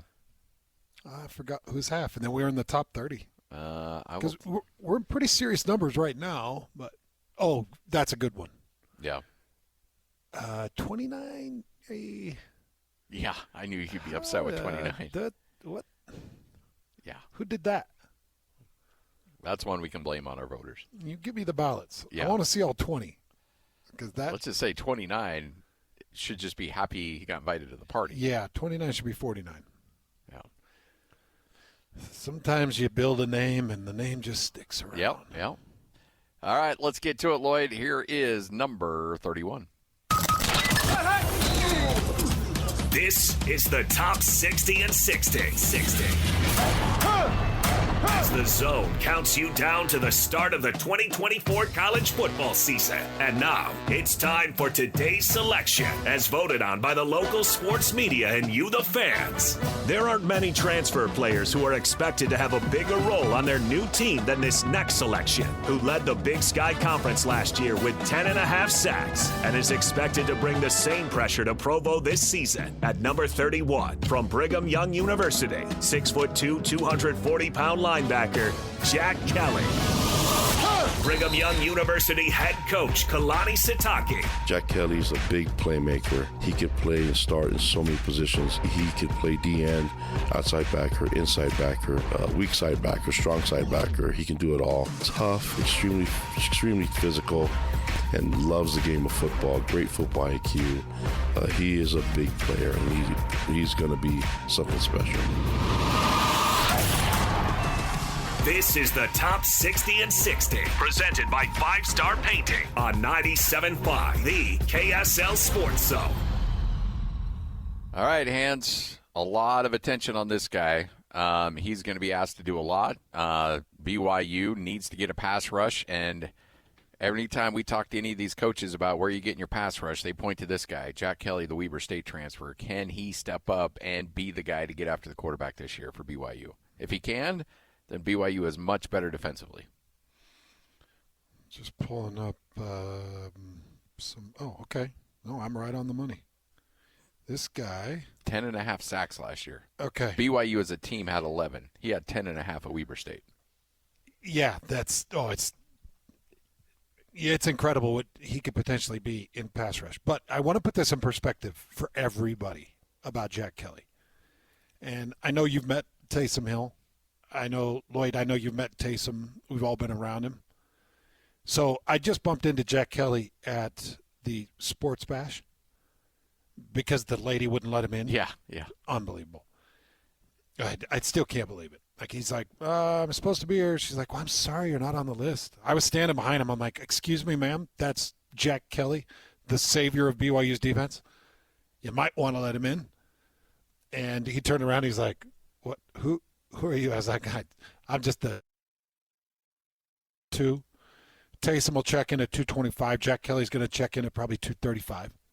So he's got a little bit more bulk on him. But what's crazy is when you meet Taysom Hill, he comes across as maybe a little bit more broad and bulky than Jack Kelly. So the reason I'm giving it that perspective, okay, so it's great. The idea of Jack Kelly potentially walking up and doing some things at the edge is great and fine and dandy. I put it in terms of if I'm an offensive tackle.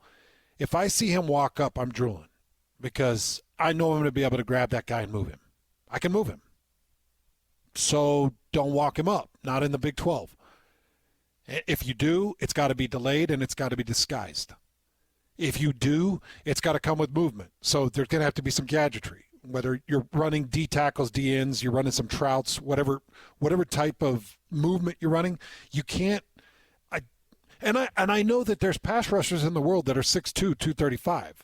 I know that. Yeah. But those guys are lightning bolts. This guy's fast. Yeah. But is he a lightning bolt? He was at Weber State for certain things, but you're moving to the Big 12. There's some of the best tackle play you're going to find is in the Big 12. Well, and then the other thing, too, is offensive tackle play. You can't have him up on the line very often because he's not going to be able to hold that edge. Yeah.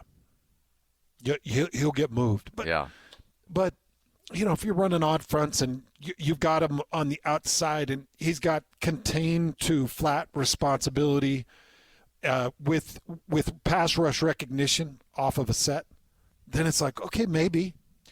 It's maybe, like but then if I'm Kansas and I run that motion, and I even catch him with a motioning H-back off of some type of sweep, I'm still either going to run him to the sideline, push him back a little bit, or hook. Yeah. Yeah, I mean, look, if it's a situation like Arkansas where they're needing to go down the field and try to either win or tie the game, and you know that they're passing on every down, by all means, let him get after it.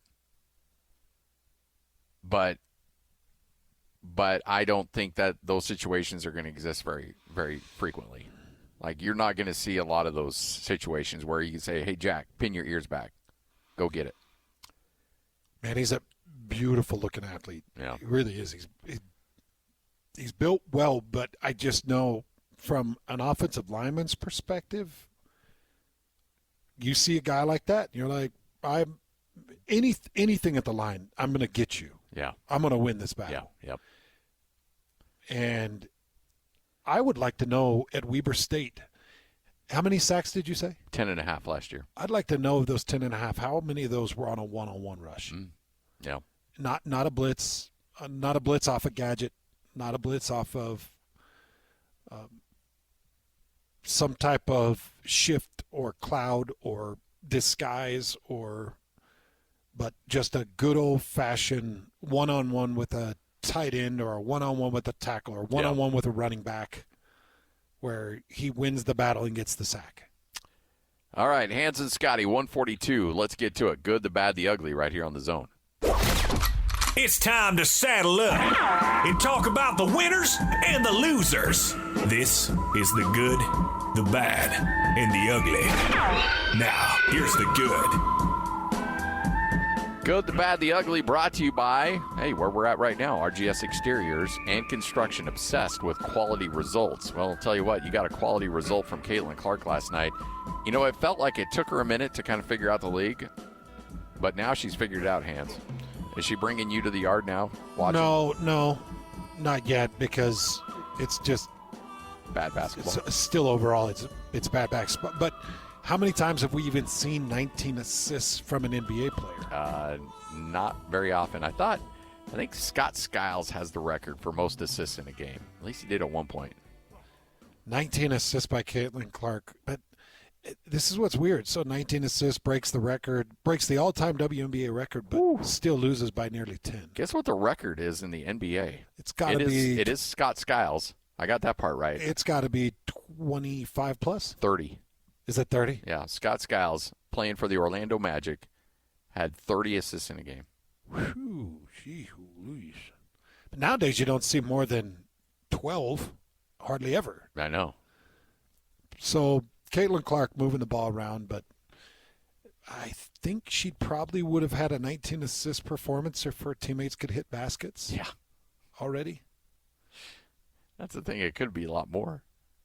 She also scored 24 points against the Wings. And then you go and you look at the Wings and you're like, all right, well, who's she playing against? Yeah. Who did Scott Skiles dish out 30 against? Against the Denver Nuggets, December 30th, 1990. And Orlando won that game 155-116. Oh, so they won the game, he had 30? Yeah. Because they lost this game, she had 19. Yeah. John Stockton had a 28-assist game in a win over San Antonio, 124-102. In fact, Stockton has a 28-assist game, a 27-assist game, and a 26-assist game. Wow. 28, 27, 26, you said? Yep. Jeez. Caitlin's going to have those kinds of numbers. So to your point, yeah, I am going to come watch some WNBA when they're in the postseason. Yeah. Yep. I will. Now, I don't even know if I know they're not winning a lot of games. They may not even be a postseason team, but if they are, I'll watch. Is she making people look stupid about not being on the Olympic team? I wonder if there's a bit of an axe to grind. Probably there is, and I'd love for her to be using that as motivation because that says a lot of who she is as a player. Because remember, everybody's like, well, yeah, but she's good, and she'll bring people. Aren't we trying to win for our country? And it's like, geez, 19 assists, that's a WNBA record. Nobody's ever had the vision. in women's basketball to put out 19 assists in the history of the league. Yeah. So you tell me, where does she stand? Because if she could get some of these better female players involved in good, solid move offense, maybe you demolish. Well, you're probably going to demolish anyways. But yeah, you're right. I don't know. It's kind of crazy. But that's her 5th straight game where she's scored at least 17 points. She's starting to put it together. But then it's weird because I was listening to Shaquille O'Neal, and Shaquille's like, oh, no, Angel Reese is still your Rookie of the Year. Yeah, like Shaq knows. Like Shaq knows. But I mean, Angel like Reese, I know either. Maybe I don't. Yeah, know, I mean, Angel Reese, didn't she just set a record for most consecutive double-doubles as a rookie or something like that? Like, she's setting records, too. Like, it's not a unfair conversation to have. She did, but the videos that I watch, she's just terrible offensively. Yeah. All right, there's your good. Let's sneak in a bad. Now the bad. Let's go back to the British hands. You got two. Or did you want to? I wanted to go to yours. Oh, you want to go mine? Yeah, because I don't want to talk about Bryson and Rory. I took Bryson and Rory in the stink. It was my first 2 picks in our major pain in the butt yesterday. And the first headline I see when I opened things up this morning was Bryson and Rory, terrible opening rounds, +5, +7 consecutively. I'm like, geez. But anyways. So I know, look, you played in the AFL. You have nothing but fond memories of playing in the Arena Football League. I loved it. My first full-time play-by-play opportunity came calling games in the Arena Football League. I truly believe that if there is good ownership in place, the Arena Football League could be successful again. I really believe that. Yeah. If it's too. With the right rules in place, good ownership, I think they have an opportunity to be successful. It has to be its unique own game. It's got to be its own style. They tried to make it a feeder for the NFL by going one way. They messed a lot of things up. Well, unfortunately, the AFL came back, and it's just been a mess. There's been teams folding in the middle of the year. They finally got to the point where they're having their championship, Arena Bowl 33, coming up, supposed to be tomorrow, between Albany and Billings. That's right, Billings even has a team. And their AFL's like, okay, we're going to get through this. Well, probably not. According to multiple sources, the CEO and chairman of the Arena Football League, his name is Chris Chetty, has been voted out of the league and fired. That he misappropriated $110,000 from a fellow employee's credit card. So essentially, he took an employee's credit card and stole $110,000. He's also, in addition to that fraud, has mismanaged funds and put the AFL in massive debt to the American Dream Entertainment Center, where they're supposed to have the Arena Bowl coming up tomorrow. But because they have not been paid because Chetty stole the money, their CEO has stolen all the money, they haven't been paid, they're saying, no, we're not hosting your game. So they do not have a venue for a championship game that is supposed to be played tomorrow. This is classic Arena Football League. These guys cannot get out of their own way. And I guess when you have a league and that kind of draws individuals like this, you're going to always have these problems. But here's your CEO, the guy supposed to be running your league, who stole a fellow employee's credit card, ran up $110,000 in credit card debt, and never paid some of the vendors, including the place where you're going to host the game. Makes me really sad. It really does. Because there's football players that have put a season in, and they're trying to get film, trying to get back to the league, trying to have somebody look at them, trying to make enough money to put a little food in their family's mouth. Yeah. Trying to keep some honor and some respect. I mean, that's what the AFL was for me. Yeah. I was just trying. I was using it as a gap filler between getting out of football and getting into real life. And it was very useful, very helpful. And it was very up and down. Yeah. There were so many things that indicated problems that you were like, oh, okay, I'm enjoying this. The money's good. The money came on time for me. It was nice. But it's like, okay, I got to get out of this. But some of these guys are young. They didn't get their tryout. They didn't get their 2-3 years in the NFL, and they're trying. Yeah. And now you're just dealing with all this clownness. I'll never forget, though, man, my first introduction into the AFL. I got cut from the Indianapolis Colts, went back to Meridian, Idaho, to where I had a home. Got a call from the AFL, a guy named Bob Lanzi. He says, hey, come out here, back out to Indy. We're going to put you on this AFL roster, get you some money, get you going again. I was like, okay. I head back out to Indy, and I said, all right, where's the practice facility? He brings us out to the practice facility, and it's this gym. It's a public gym. Yeah.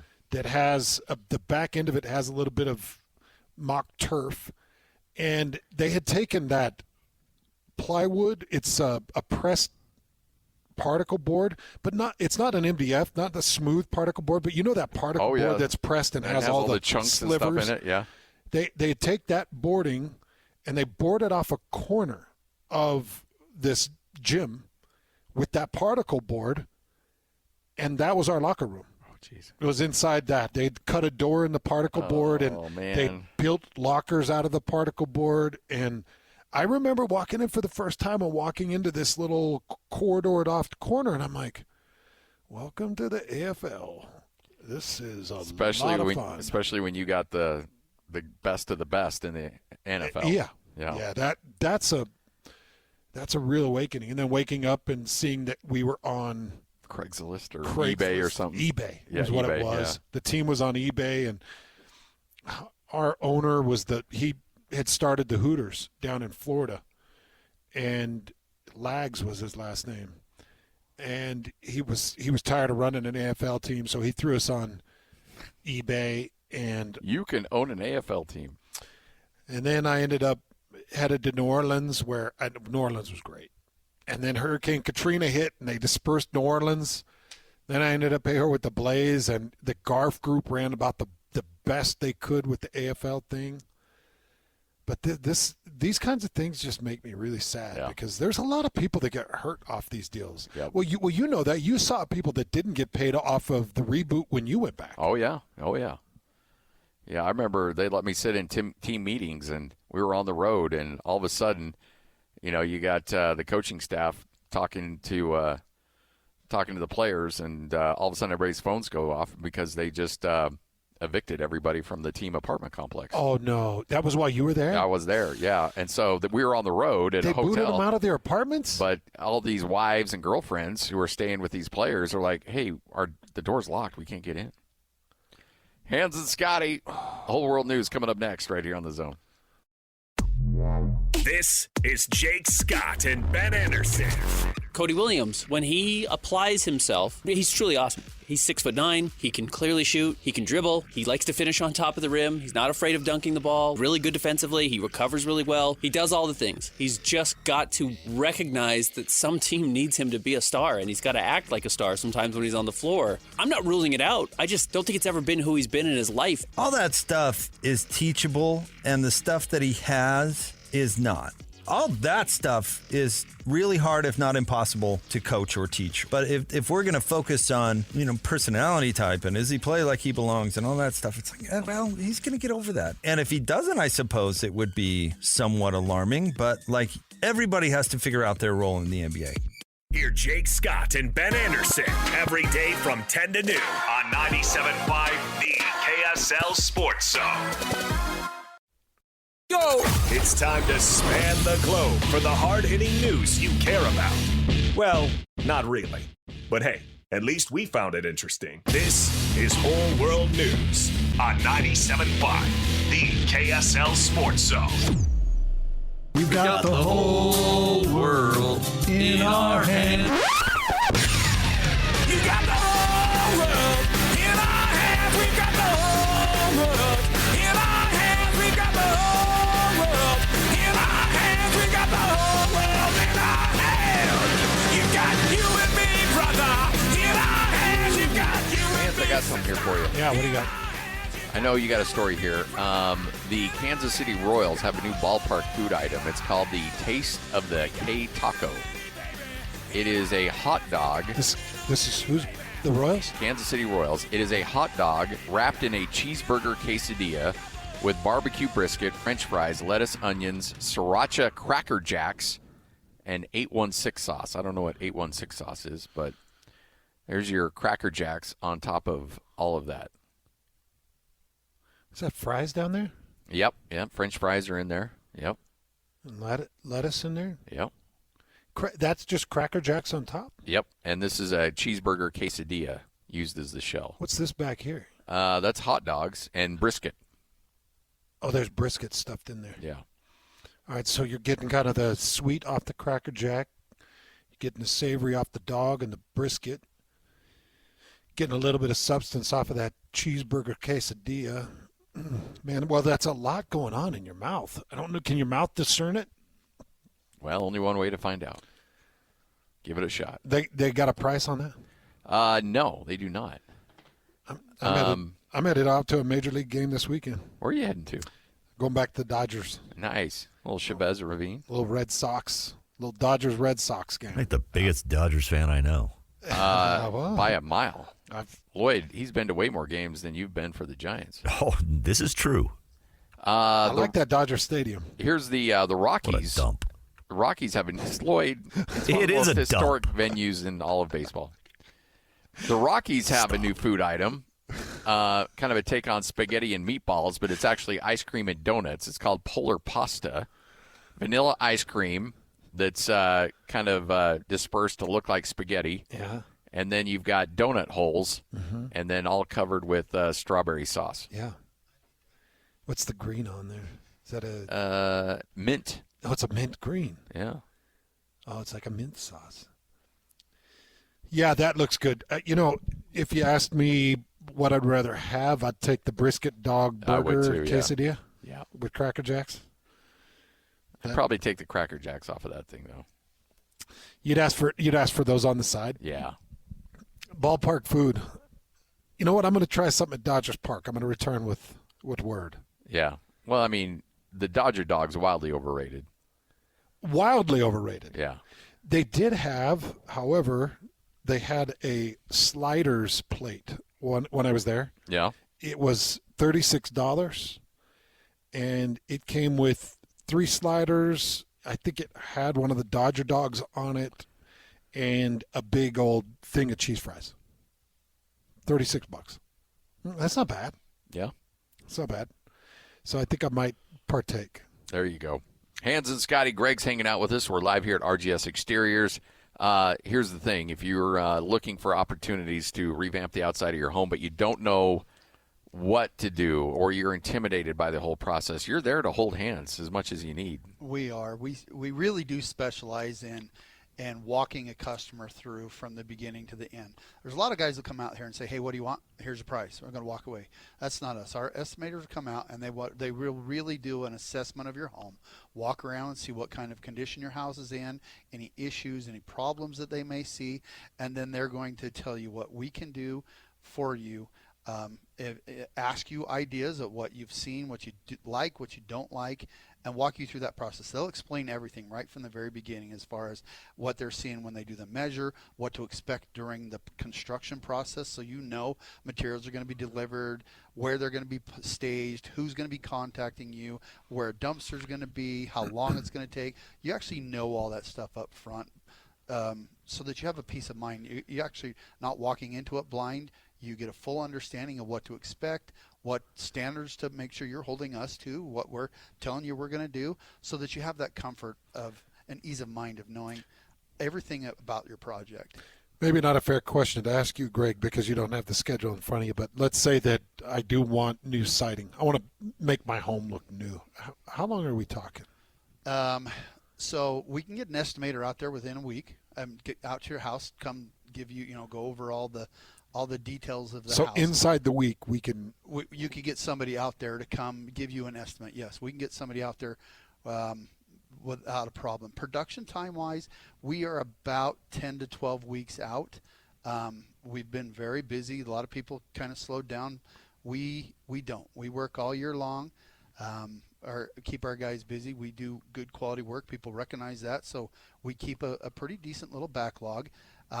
Which is a good thing, by the way, if you're a consumer. It is. You don't want somebody that's like, oh, I can do it tomorrow. That's so true. Can I start this afternoon? Coming in to buy a job. Hey, I need to pay my guys something. I'm gonna just throw you the leftovers I've had from these 5 jobs and put it on your house. If you've got a check for me, I can start today.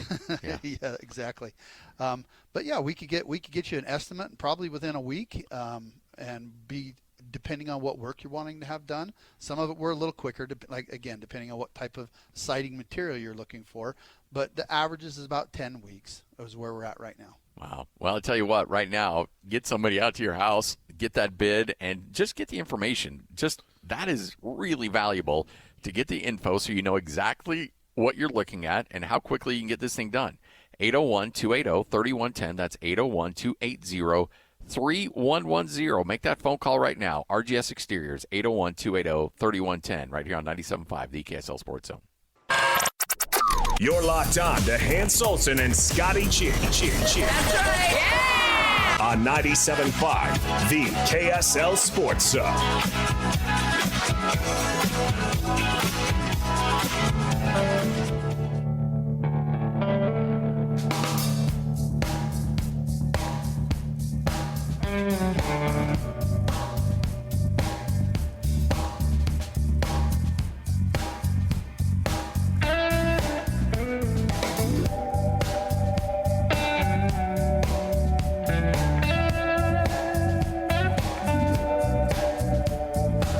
So long ago, I don't remember when. That's when they said I lost my only friend. Well, they said she died easy of a broken heart disease as I listened through the cemetery trees.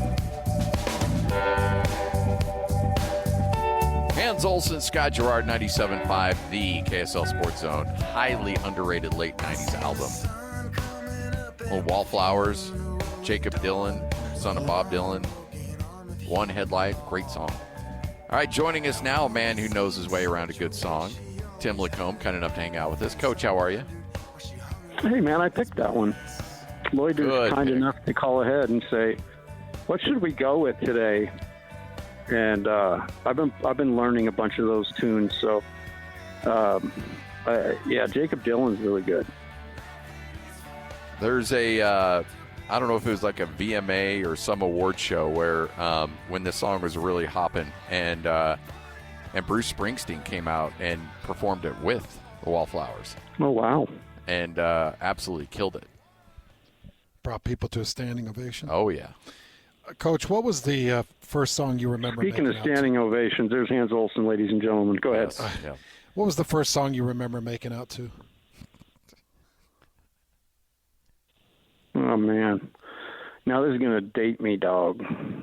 I'll tell you the first one that was really popular when the first time I ever kissed a girl. I was like in the 5th grade. That a guy. And situation here. The song was it was the theme song from Arthur. Oh, yeah. Once in your life, you find that one. Yep. You know, I know that song. Yeah. So, but as far as like really making out stuff, man, I don't know. I could see you being like a lady in red, like Chris DeBarge or whatever that guy's name was that did that song. Oh, yeah, that was a great one. That seemed to be a stake dance song all the time. No, that made the circles on the old stake dance circuit. Because I think it checked all the boxes. There wasn't any crazy lyrics. That's always something at BYU, you know. Anytime a song's played down there, it's got to be vetted by 7 committees. But it was Christopher Cross, that brought you to the first kiss. Good for you, Lloyd, Coach. will you play that? Perhaps just under us a bit, and maybe bring back some memories. My son's getting married this weekend, so it's kind of a crazy week. Yeah, getting married on Saturday. Wow, congratulations. Rehearsal dinner tonight. Hey, how is the cost on weddings right now? Are we doing okay with jeez. I'm luckily I'm the father of the groom, but we still have responsibilities, and I've shelled out some cash. I kind of wish I wouldn't have, spent so much money on baseball cards the last little while, but it is what it is. I'm still digging out of a hole from last year when my kid got married. Yeah, it's nuts, dude. Well, you did go and get one of the nicest facilities in Utah. That It was a beautiful place. It was a beautiful facility, and here's the thing. What'd you do? Use Hans' yard? Yeah. With the balcony, they flattened out the roof and put a balcony up there. Had to work around the rain gutters. Yeah.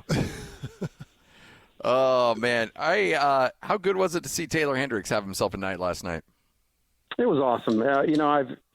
I'm actually a big Taylor Hendricks guy. I think the thing that everybody just believes that these guys should come into the league and in short time dominate. And in his case, like he's in a lot of ways, like people expected him to still be in college. He was a major surprise to be in the draft last year. So, you're dealing with a guy who's just a little bit raw in the game. And, what I was able to see last night, I loved. I think he was more aggressive.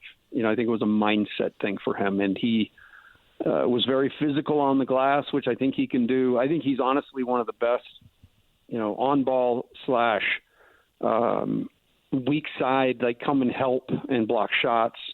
He's got a great defensive feel, and the offense is coming. So it was definitely a good timing because I think people have, we're getting a little knot in the old skivvies over the thing. But I'll promise you this: the kid's fine. He's a young guy who's, in one of the more competitive sports in the world, and he, last night shows that he definitely has things that will help him belong. So tell me, I threw out a prediction with Cody Williams earlier in the show with Scotty. I heard it. Okay. I mean, I told you guys to listen. I don't know. Well, Lloyd doesn't believe it, but Scotty, I believe you. Scotty and I believe you. Lloyd's not even playing your song. You said so. Just I'll finish your sentence. You said he's going to play. He's going to have a similar deal to Keontae, where he starts 40 plus and he plays in 70 plus. Yep. Yeah, right in that range. When I said it, did you feel way off on that?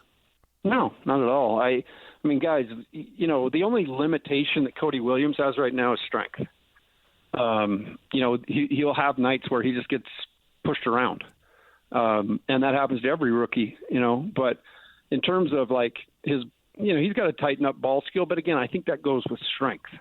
So, I mean, as he gets stronger, and again, a young guy, compare him to his brother, but his brother played more, college basketball. I really, really like his feel for the game. I love his athleticism. I mean, the dunk he had first night in Vegas when he drove it and, cuffed it with the left hand was beautiful. I'm just telling you, as he gains strength, the confidence will come. Not confidence. He's very confident. As he gains strength, he's going to become one of those guys because I just think he has it. And there are going to be nights, like I said, where early on he's going to, he'll have nights where he gets knocked around a little bit, but that's good for you. And but I think they got a great one in him. We had Sam Merrill on during his rookie year, and it just when you said strength, it reminded me of this.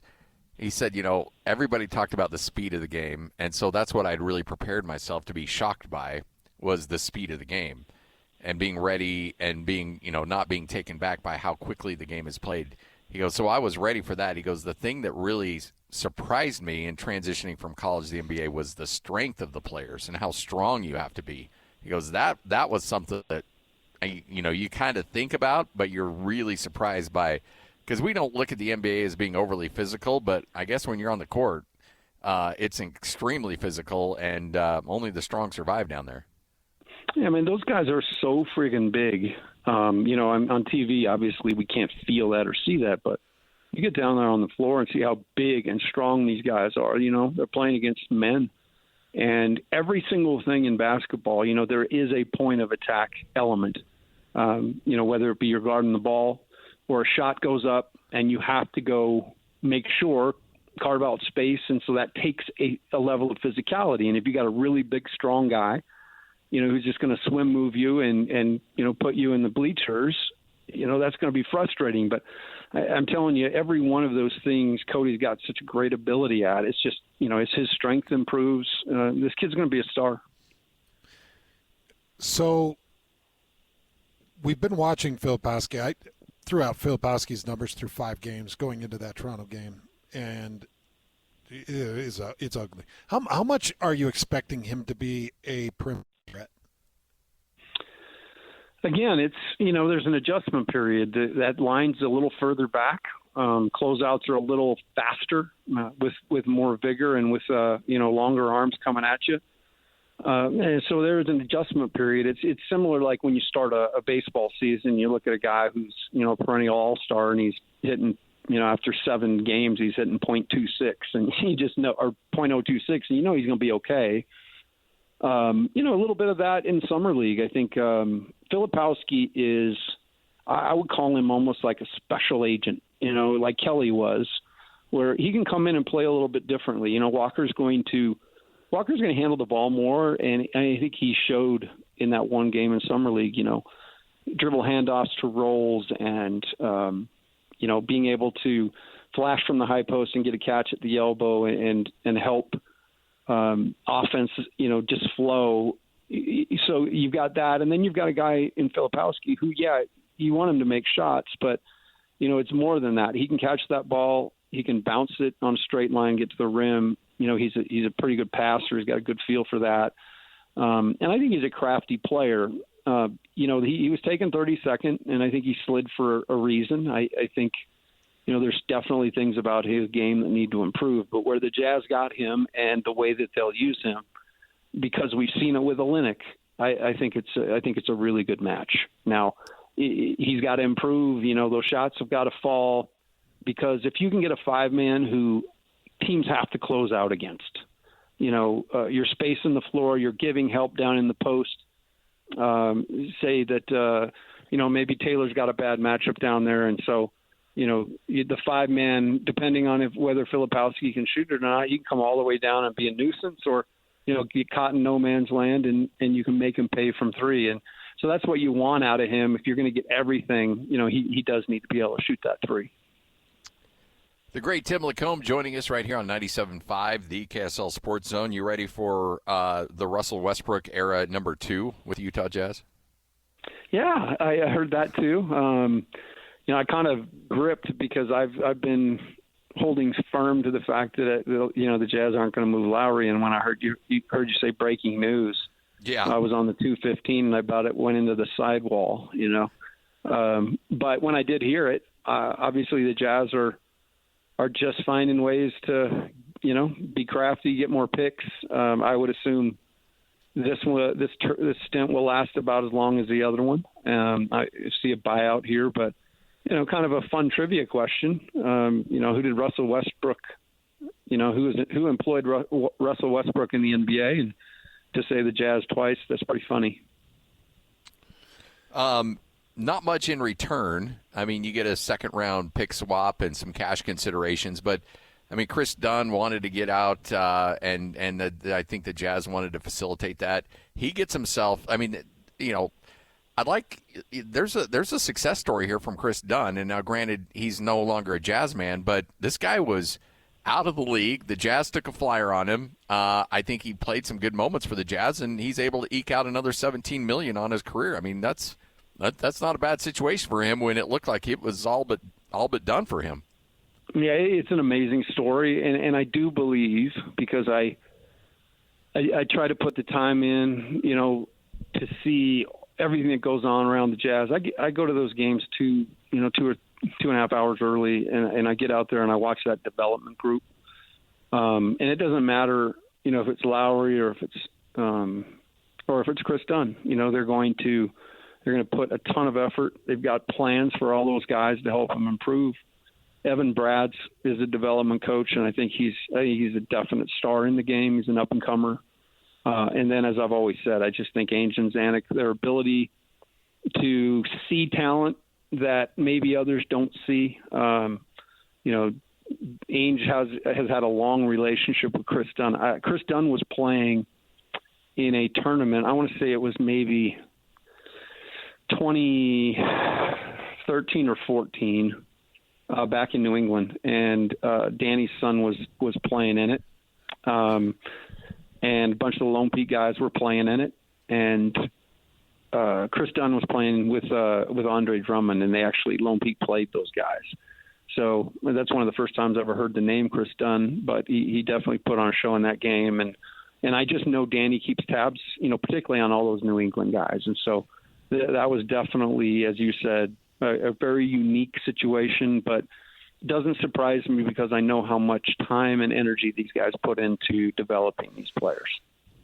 So, Coach, Scotty and I were talking about this with Westbrook. I'd mentioned Chris Paul. I kind of went through different names that I'd like to see mentor this group, but I look at this with Cody Williams and Bryce Sensabaugh and Walker Kessler and Taylor Hendricks and Keontae George and Kyle Filipowski and Isaiah Collier, and it just, you are loaded with all this impressionable youth that you need to have the right influences on. Who's the influence that Jazz have on this roster that is going to help mold these young guys as they're trying to figure out what the world of professional basketball is all about? Because as you know very well, it's important that somebody's there to have you handle your business the right way. Yeah, it's kind of what Dennis Rodman used to do for the Bulls back in the day. I'm just kidding. Being the mentor. The Jazz, I think what they have the best. One of the best things ever is when your best player is then one of the best guys and hardest workers. A lot of that stuff just happens naturally. Again, I think the Jazz are run as well as any organization in the NBA. And, those are things that they put a lot of time into, is the character of these guys. But, suffice it to say, if Lauri Markkanen is your best player and, is the guy in the locker room setting the tone with commitment, being out there working on your craft, maybe there'll be a part of Lauri that needs to be a little more outspoken, but I don't even know. I mean, Tyler Haws, in all his time that played for us, Ty was he just led because he was the first one there. He was the last one out. And it was like clockwork. I would joke that we'd have to check his battery every night, but if the battery was in, there was 20 on the board, It was just kind of a almost guarantee. And so when you've got your best player who puts that kind of time in, that cares that much, and then is a good person to boot, I don't know you have to do a whole lot of mentoring. I think that may happen more naturally. Who was one of the best players you coached that may not have been a star, but was important to the overall win of a team that might surprise people? Like your version of like maybe Derek Fisher, who, not Shaq or Kobe, but was ultimately really responsible for making some of those teams that you coached go. Well, the name that comes to mind, there's actually a couple names on that team, particularly the year we lost Brandon Davies. Logan Magnuson's a guy who comes to mind. Now, Logan, he's one of those dudes. He won several state championships. I don't want to short him, so I'm not going to guess, but he won more than one, several state championships in high school. And then he went to Salt Lake Community College and won a national championship with Norm Parrish. I saw Norm the other night at Summer League. And then, he comes to our team, and really he was our scout team, the head of our scout team. Logan didn't get in a million games. He got in games. Coach put him in a lot of times when we were in trouble and we had to kind of unknot from it. But he's not a guy you would sit and say, man, that guy just does. Just wows me with his ability. But makes the right pass, never misses a block out, is encouraging guys. Somebody throws him a tough pass, doesn't give him a stink eye. He was just an amazing teammate. A guy like him, a guy like another guy, Craig Cusick, who played for us. Craig played for when I was at Utah with Coach Giacoletti prior to his mission. And he was so good for us up there in practice, and I told him, hey, when you get home from your mission, make sure and check where I'm at because I'd love to have you. And it just so happened that, I was at BYU and he came down there and Scotty, you'll remember he won us that game against Utah State that year on a putback. But just, again, a guy who, he just loved hoop. And, he he didn't get a scholarship until his last year. But, dude, I'm telling you, he was so committed and was putting in extra time and helping with young guys. So those two guys, I don't want to – I could go on forever on names, but I think those two guys are maybe at the forefront that they weren't going to wow you with anything more than, if you just really studied them, their consistency, commitment was off the chart. Well, Coach, we appreciate it as always. Thanks for hopping on, but more importantly, thanks for being the one guy who listened today to the show. So we appreciate that. It's always nice that we have that one listener. Well, I think Hans's mom was listening too. I felt that through the airwaves. So there may be two of us out there. But I hope you guys know I love you, man. You're good folk. There it is. Very possible. My dad. I got a tear. But this take you back, Coach? Yeah, I was in the front room. Up a little 5th bit. grade. Everybody was gone, and holding hands. I asked her to come over,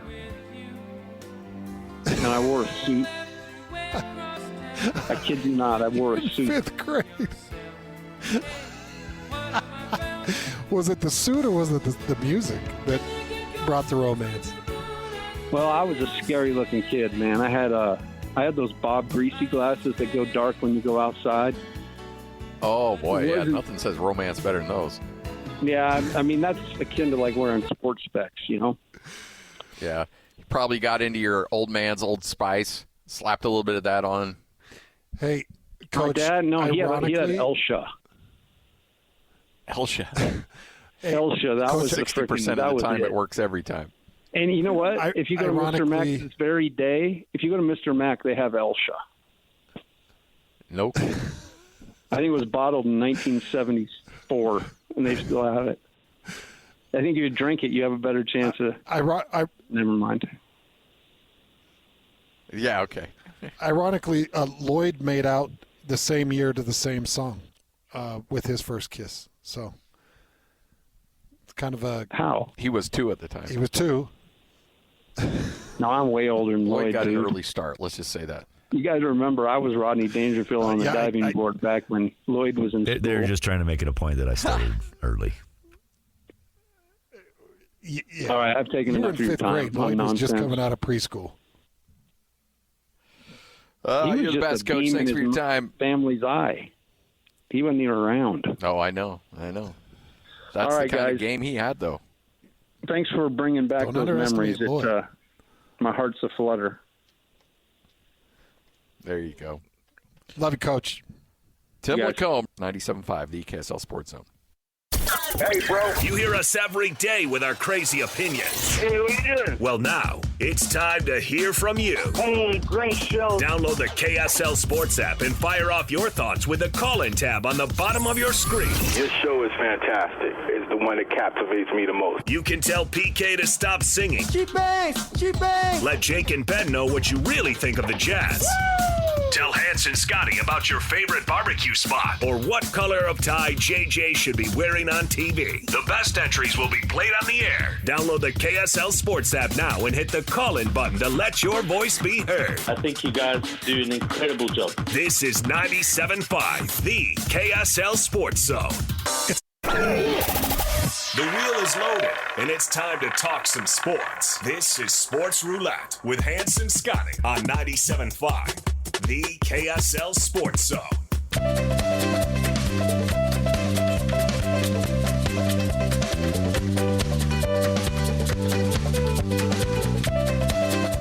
Hans and Scotty, 97.5, the KSL Sports Zone.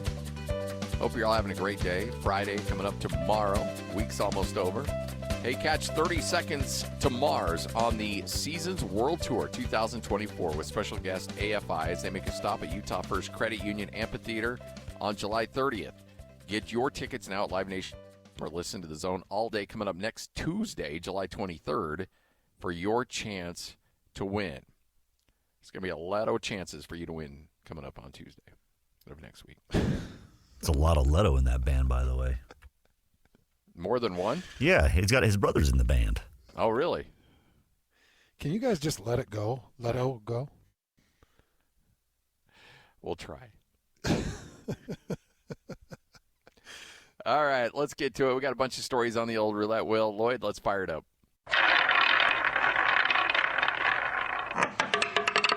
Only fair to give him love when he does good. Bronny James went 5 of 11 for 12 points last night. 2 of 5 from 3. All right, Lloyd, go ahead and spin it. Tom Brady may not be happy, but Netflix is. You're not going to give him any love. Oh, that's funny. Well, Netflix announcing today that on the heels of the roast of Tom Brady, that they are excited to have upcoming events, maybe not more roasts, but situations like that, because it pulled in 22.6 million views on the roast of Tom Brady.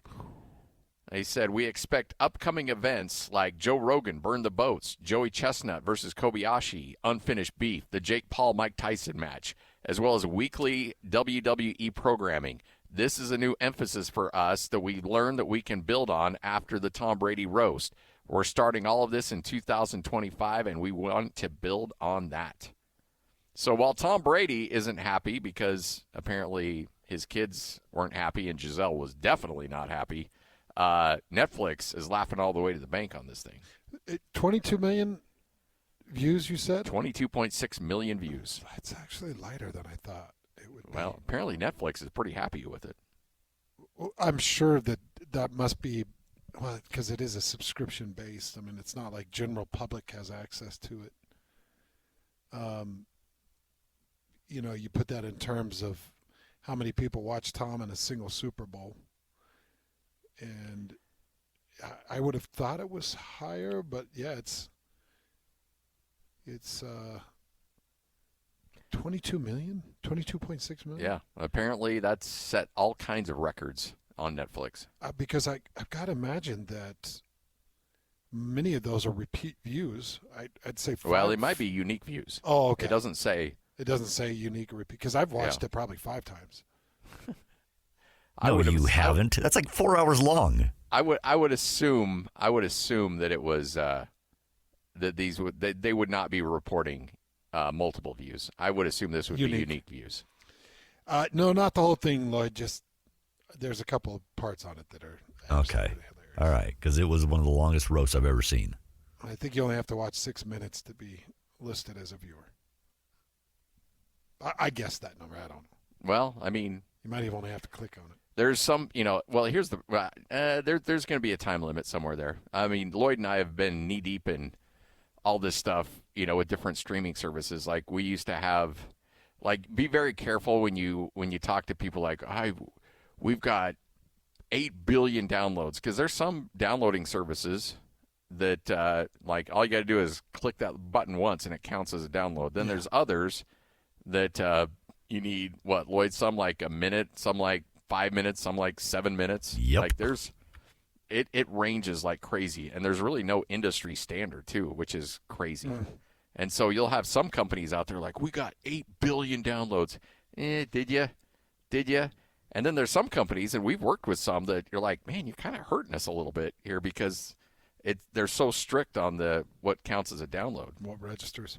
So, I mean, like I'll take, for example, when we first started into the streaming, and not streaming, like podcasting, we put all of our stuff on SoundCloud because it was free, and the company we were working for was extremely frugal at the time. And so we used SoundCloud. And SoundCloud, you just, you blink at it and they'll count it as a download. Yeah. And so we're like, oh my gosh, we're getting all these crazy downloads. And then we switched to a different service. We're like, oh, where did all the downloads go? So about that. Yeah. So, but anyway, by the way, did Lloyd show you the numbers on our downloads? No. Whew. We're doing all right? Yeah. Oh, yeah, well, you could share those with me anytime, Lloyd. I'm always up for some good news. I think he did actually tell you about that. Oh, okay. Hans and Scotty, 97.5, the KSL Sports Zone. Lloyd, spin that wheel.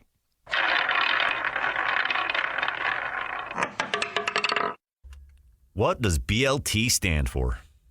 Bell out Lawrence Taylor. Because the dude's always arrested. Some say bacon, lettuce, and tomato. I say bail out Lawrence Taylor. That's your guy, man. Yeah. Wow. LT. Boy, he's a troublemaker. So he's a registered sex offender. And as a registered sex offender, when you move, you have to let everybody know where you're moving when. That red dot comes with you. Yeah. When you don't do it, then you get handcuffed and you get thrown in jail for a period of time. And this just keeps happening to Lawrence Taylor. I don't know if he's trying to run from it. I don't know if he forgets. I don't know if he just doesn't care. I don't know what it goes through his mind, but he was arrested again in Florida. Oh, boy. It just keeps happening. Broward County jail officials said that Lawrence Taylor turned himself in on an outstanding felony warrant yesterday at 5 p.m. and was thrown behind bars on one charge of failure to report name of residence change. And he was released at about 3 o'clock in the morning on Thursday morning, so he was almost, a 12-hour run in holding. And it's the second time in just the last couple of years that this has happened. He was locked up on a similar offense back in December. And, of course, his attorney is saying, well, this is just a misunderstanding, and he's pleading not guilty to recent charges. And it's like, okay, whatever you decided to do, LT, that got the red dot over your home, you kind of got to know where you are, what you're doing. I'm sure that he's tried to justify that away until he's blue in the face. But you got a red dot for a reason. Yep. All right, Hans and Scotty, 97.5, the KSL Sports Zone. Hans, we got a little bit of breaking news here. An hour ago, in a vote in St. Petersburg, the city council approved 12 legally binding agreements with Pinellas County and the Tampa Bay Rays for a new stadium. So the Tampa Bay Rays have gotten the green light in a very close vote, 5-3, but they have now greenlit their $1.3 billion stadium. Why is this important? Because there were two things that needed to happen for Major League Baseball to get to expansion. Number one, the Oakland A's needed to settle their situation with Vegas. That has been settled. And number two, the Tampa Bay Rays needed to settle in on a new stadium. That has been approved today. I know this. Nobody cares but me. Did you say it's staying in St. Pete or is it going to Tampa? It was approved by the St. Petersburg City Council, so I would assume so. Yeah. Yep. So, you know the geography down there pretty well. Yeah, so, and it's quite the change. I mean, this is a full byway and almost a separated island area of St. Pete where they've got this stadium, which I love. So I do know that they want to get a new collective bargaining agreement. They want to get their TV deal done. Those are all things that are going to happen. But there were two major hurdles that needed to be hit before we could get to expansion. So here we go. I think we're going to know probably by the end of next year whether Salt Lake's going to get an expansion team by the end of 2025. Now, first pitch isn't going to happen until 2028, 2029, or maybe even 2030. But you'll know if you're getting a team, I think, a lot sooner than people anticipate. Sure would be nice, so I don't have to go to L.A. to watch these games. Hans and Scotty, 2:47. Take a break. We'll recap the show and get you ready for JJ and Alex coming up next right here on The Zone. This is Jake Scott and Ben Anderson. There's problem solvers. I'm not one of them. I'm a problem creator. Well, yeah. Yeah, right. I call it challenging groupthink, but really I'm an instigator. See, I'm more of a problem pointer-outer. Doing it wrong. Exactly. Which I'd probably rather be than a problem creator. Sure, it's better. But easier than problem solving. Neither help. No, nothing. Neither fix anything. No. I mean, my living is to pop on the microphone and say, hey, that team really stunk out there. Well, how did they make it better? I don't know. Not my problem. Don't you get paid to figure that out? Boy, that team stinks. Why do they stink? Well, I could give you a number of different reasons. How do you fix it? Yeah, it doesn't matter. It's your problem. Not up to me. I missed the part where that's my problem. Well, I love this job.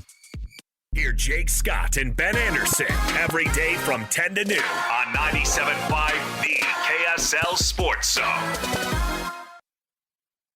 Standing here beside you, want so much to give you this love in my heart that I'm feeling for you. Let 'em see we're crazy. I don't care about that. Put your hand in my Hands and Scotty, 97.5 The KSL Sports Zone, wrapping up another edition of the show. Big thanks to everyone who helped us out. Tim LaComb, who hung out with us earlier on in the program. Bob Casper. Again, we'll continue to recap and look ahead to the weekend of the British Open coming up on tomorrow's show. Hey, make sure to nominate the youth sports volunteer you know for the Hercules Hero of the Week. Submit your nominations at kslsports.com/contest. Listen every Thursday afternoon to JJ and Alex for the winner. Help them celebrate the efforts of those volunteers making impact. It's your Hercules Hero of the Week, sponsored by Hercules Credit Union. So that 29-year-old that nobody knows about from England, Daniel Brown. Oh, yeah. He finished at a 65, 6 under, and leads by 1. Knew he had enough holes left to take that sole possession of first place. He did. Yeah, because when we talked to Bob, what was he on the 13th? And he was 4 under. And he was 4 under. Yep. Yeah, he put together a couple shots, and he's got the sole lead over Shane Lowry. I'm sure he'll tumble like a Jenga puzzle, but I'm shocked. It's always crazy to see a no-namer jump at the top of the board on one of these majors. And then it just comes down to, can they hang on? And like Bob said, Brown's not hanging on. Yeah, well, I'd like to see him just for fun. Well, it would be but interesting to see. But, yeah, odds are tomorrow and Saturday he'll tumble down a bit. All right, Greg's with us. We got you squared away here at RGS Exteriors. He's here to help you out. Whether you need a rain gutter fix or a complete overhaul to the outside of your home, now's the time to get it done, because the best time to get it done was probably a year ago. The second best time is today. Let's get you squared away. Yeah, give us a call. Let us come out, look at your house. I know we preach this every year, all year long. Like, look at those gutters that you had problems with. Get us out there to get it taken care of. The rains are going to start coming. I know it's 100 degrees outside and you're not thinking about anything on the outside or rain or weather, but give us a call. Let us come out, take a look at your gutters. Let us look at your house, give you a free estimate, get things rolling for you, because pretty soon it's all going to be here, and then you're going to be wishing you'd taken care of it. Yeah, and those ice dams and all that other stuff that comes out of that, I mean, you could be talking about tens of thousands of dollars to your home, of damage to your home, if you don't have the right gutters. Yeah. It's like I said earlier, it's such a simple thing, but it really is key to protecting your house and basically your investment. A lot of people have those, or they're looking at getting those like covers for leaves and stuff like that.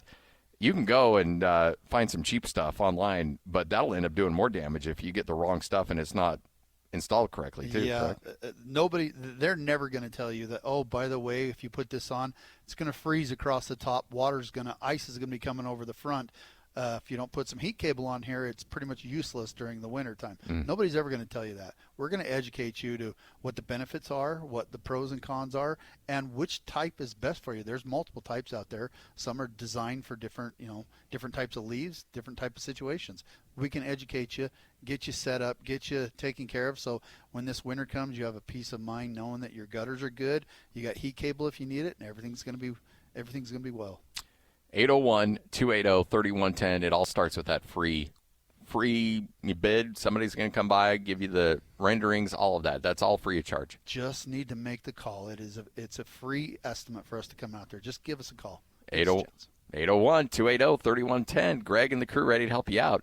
801-280-3110 right here on 97.5 the KSL Sports Zone.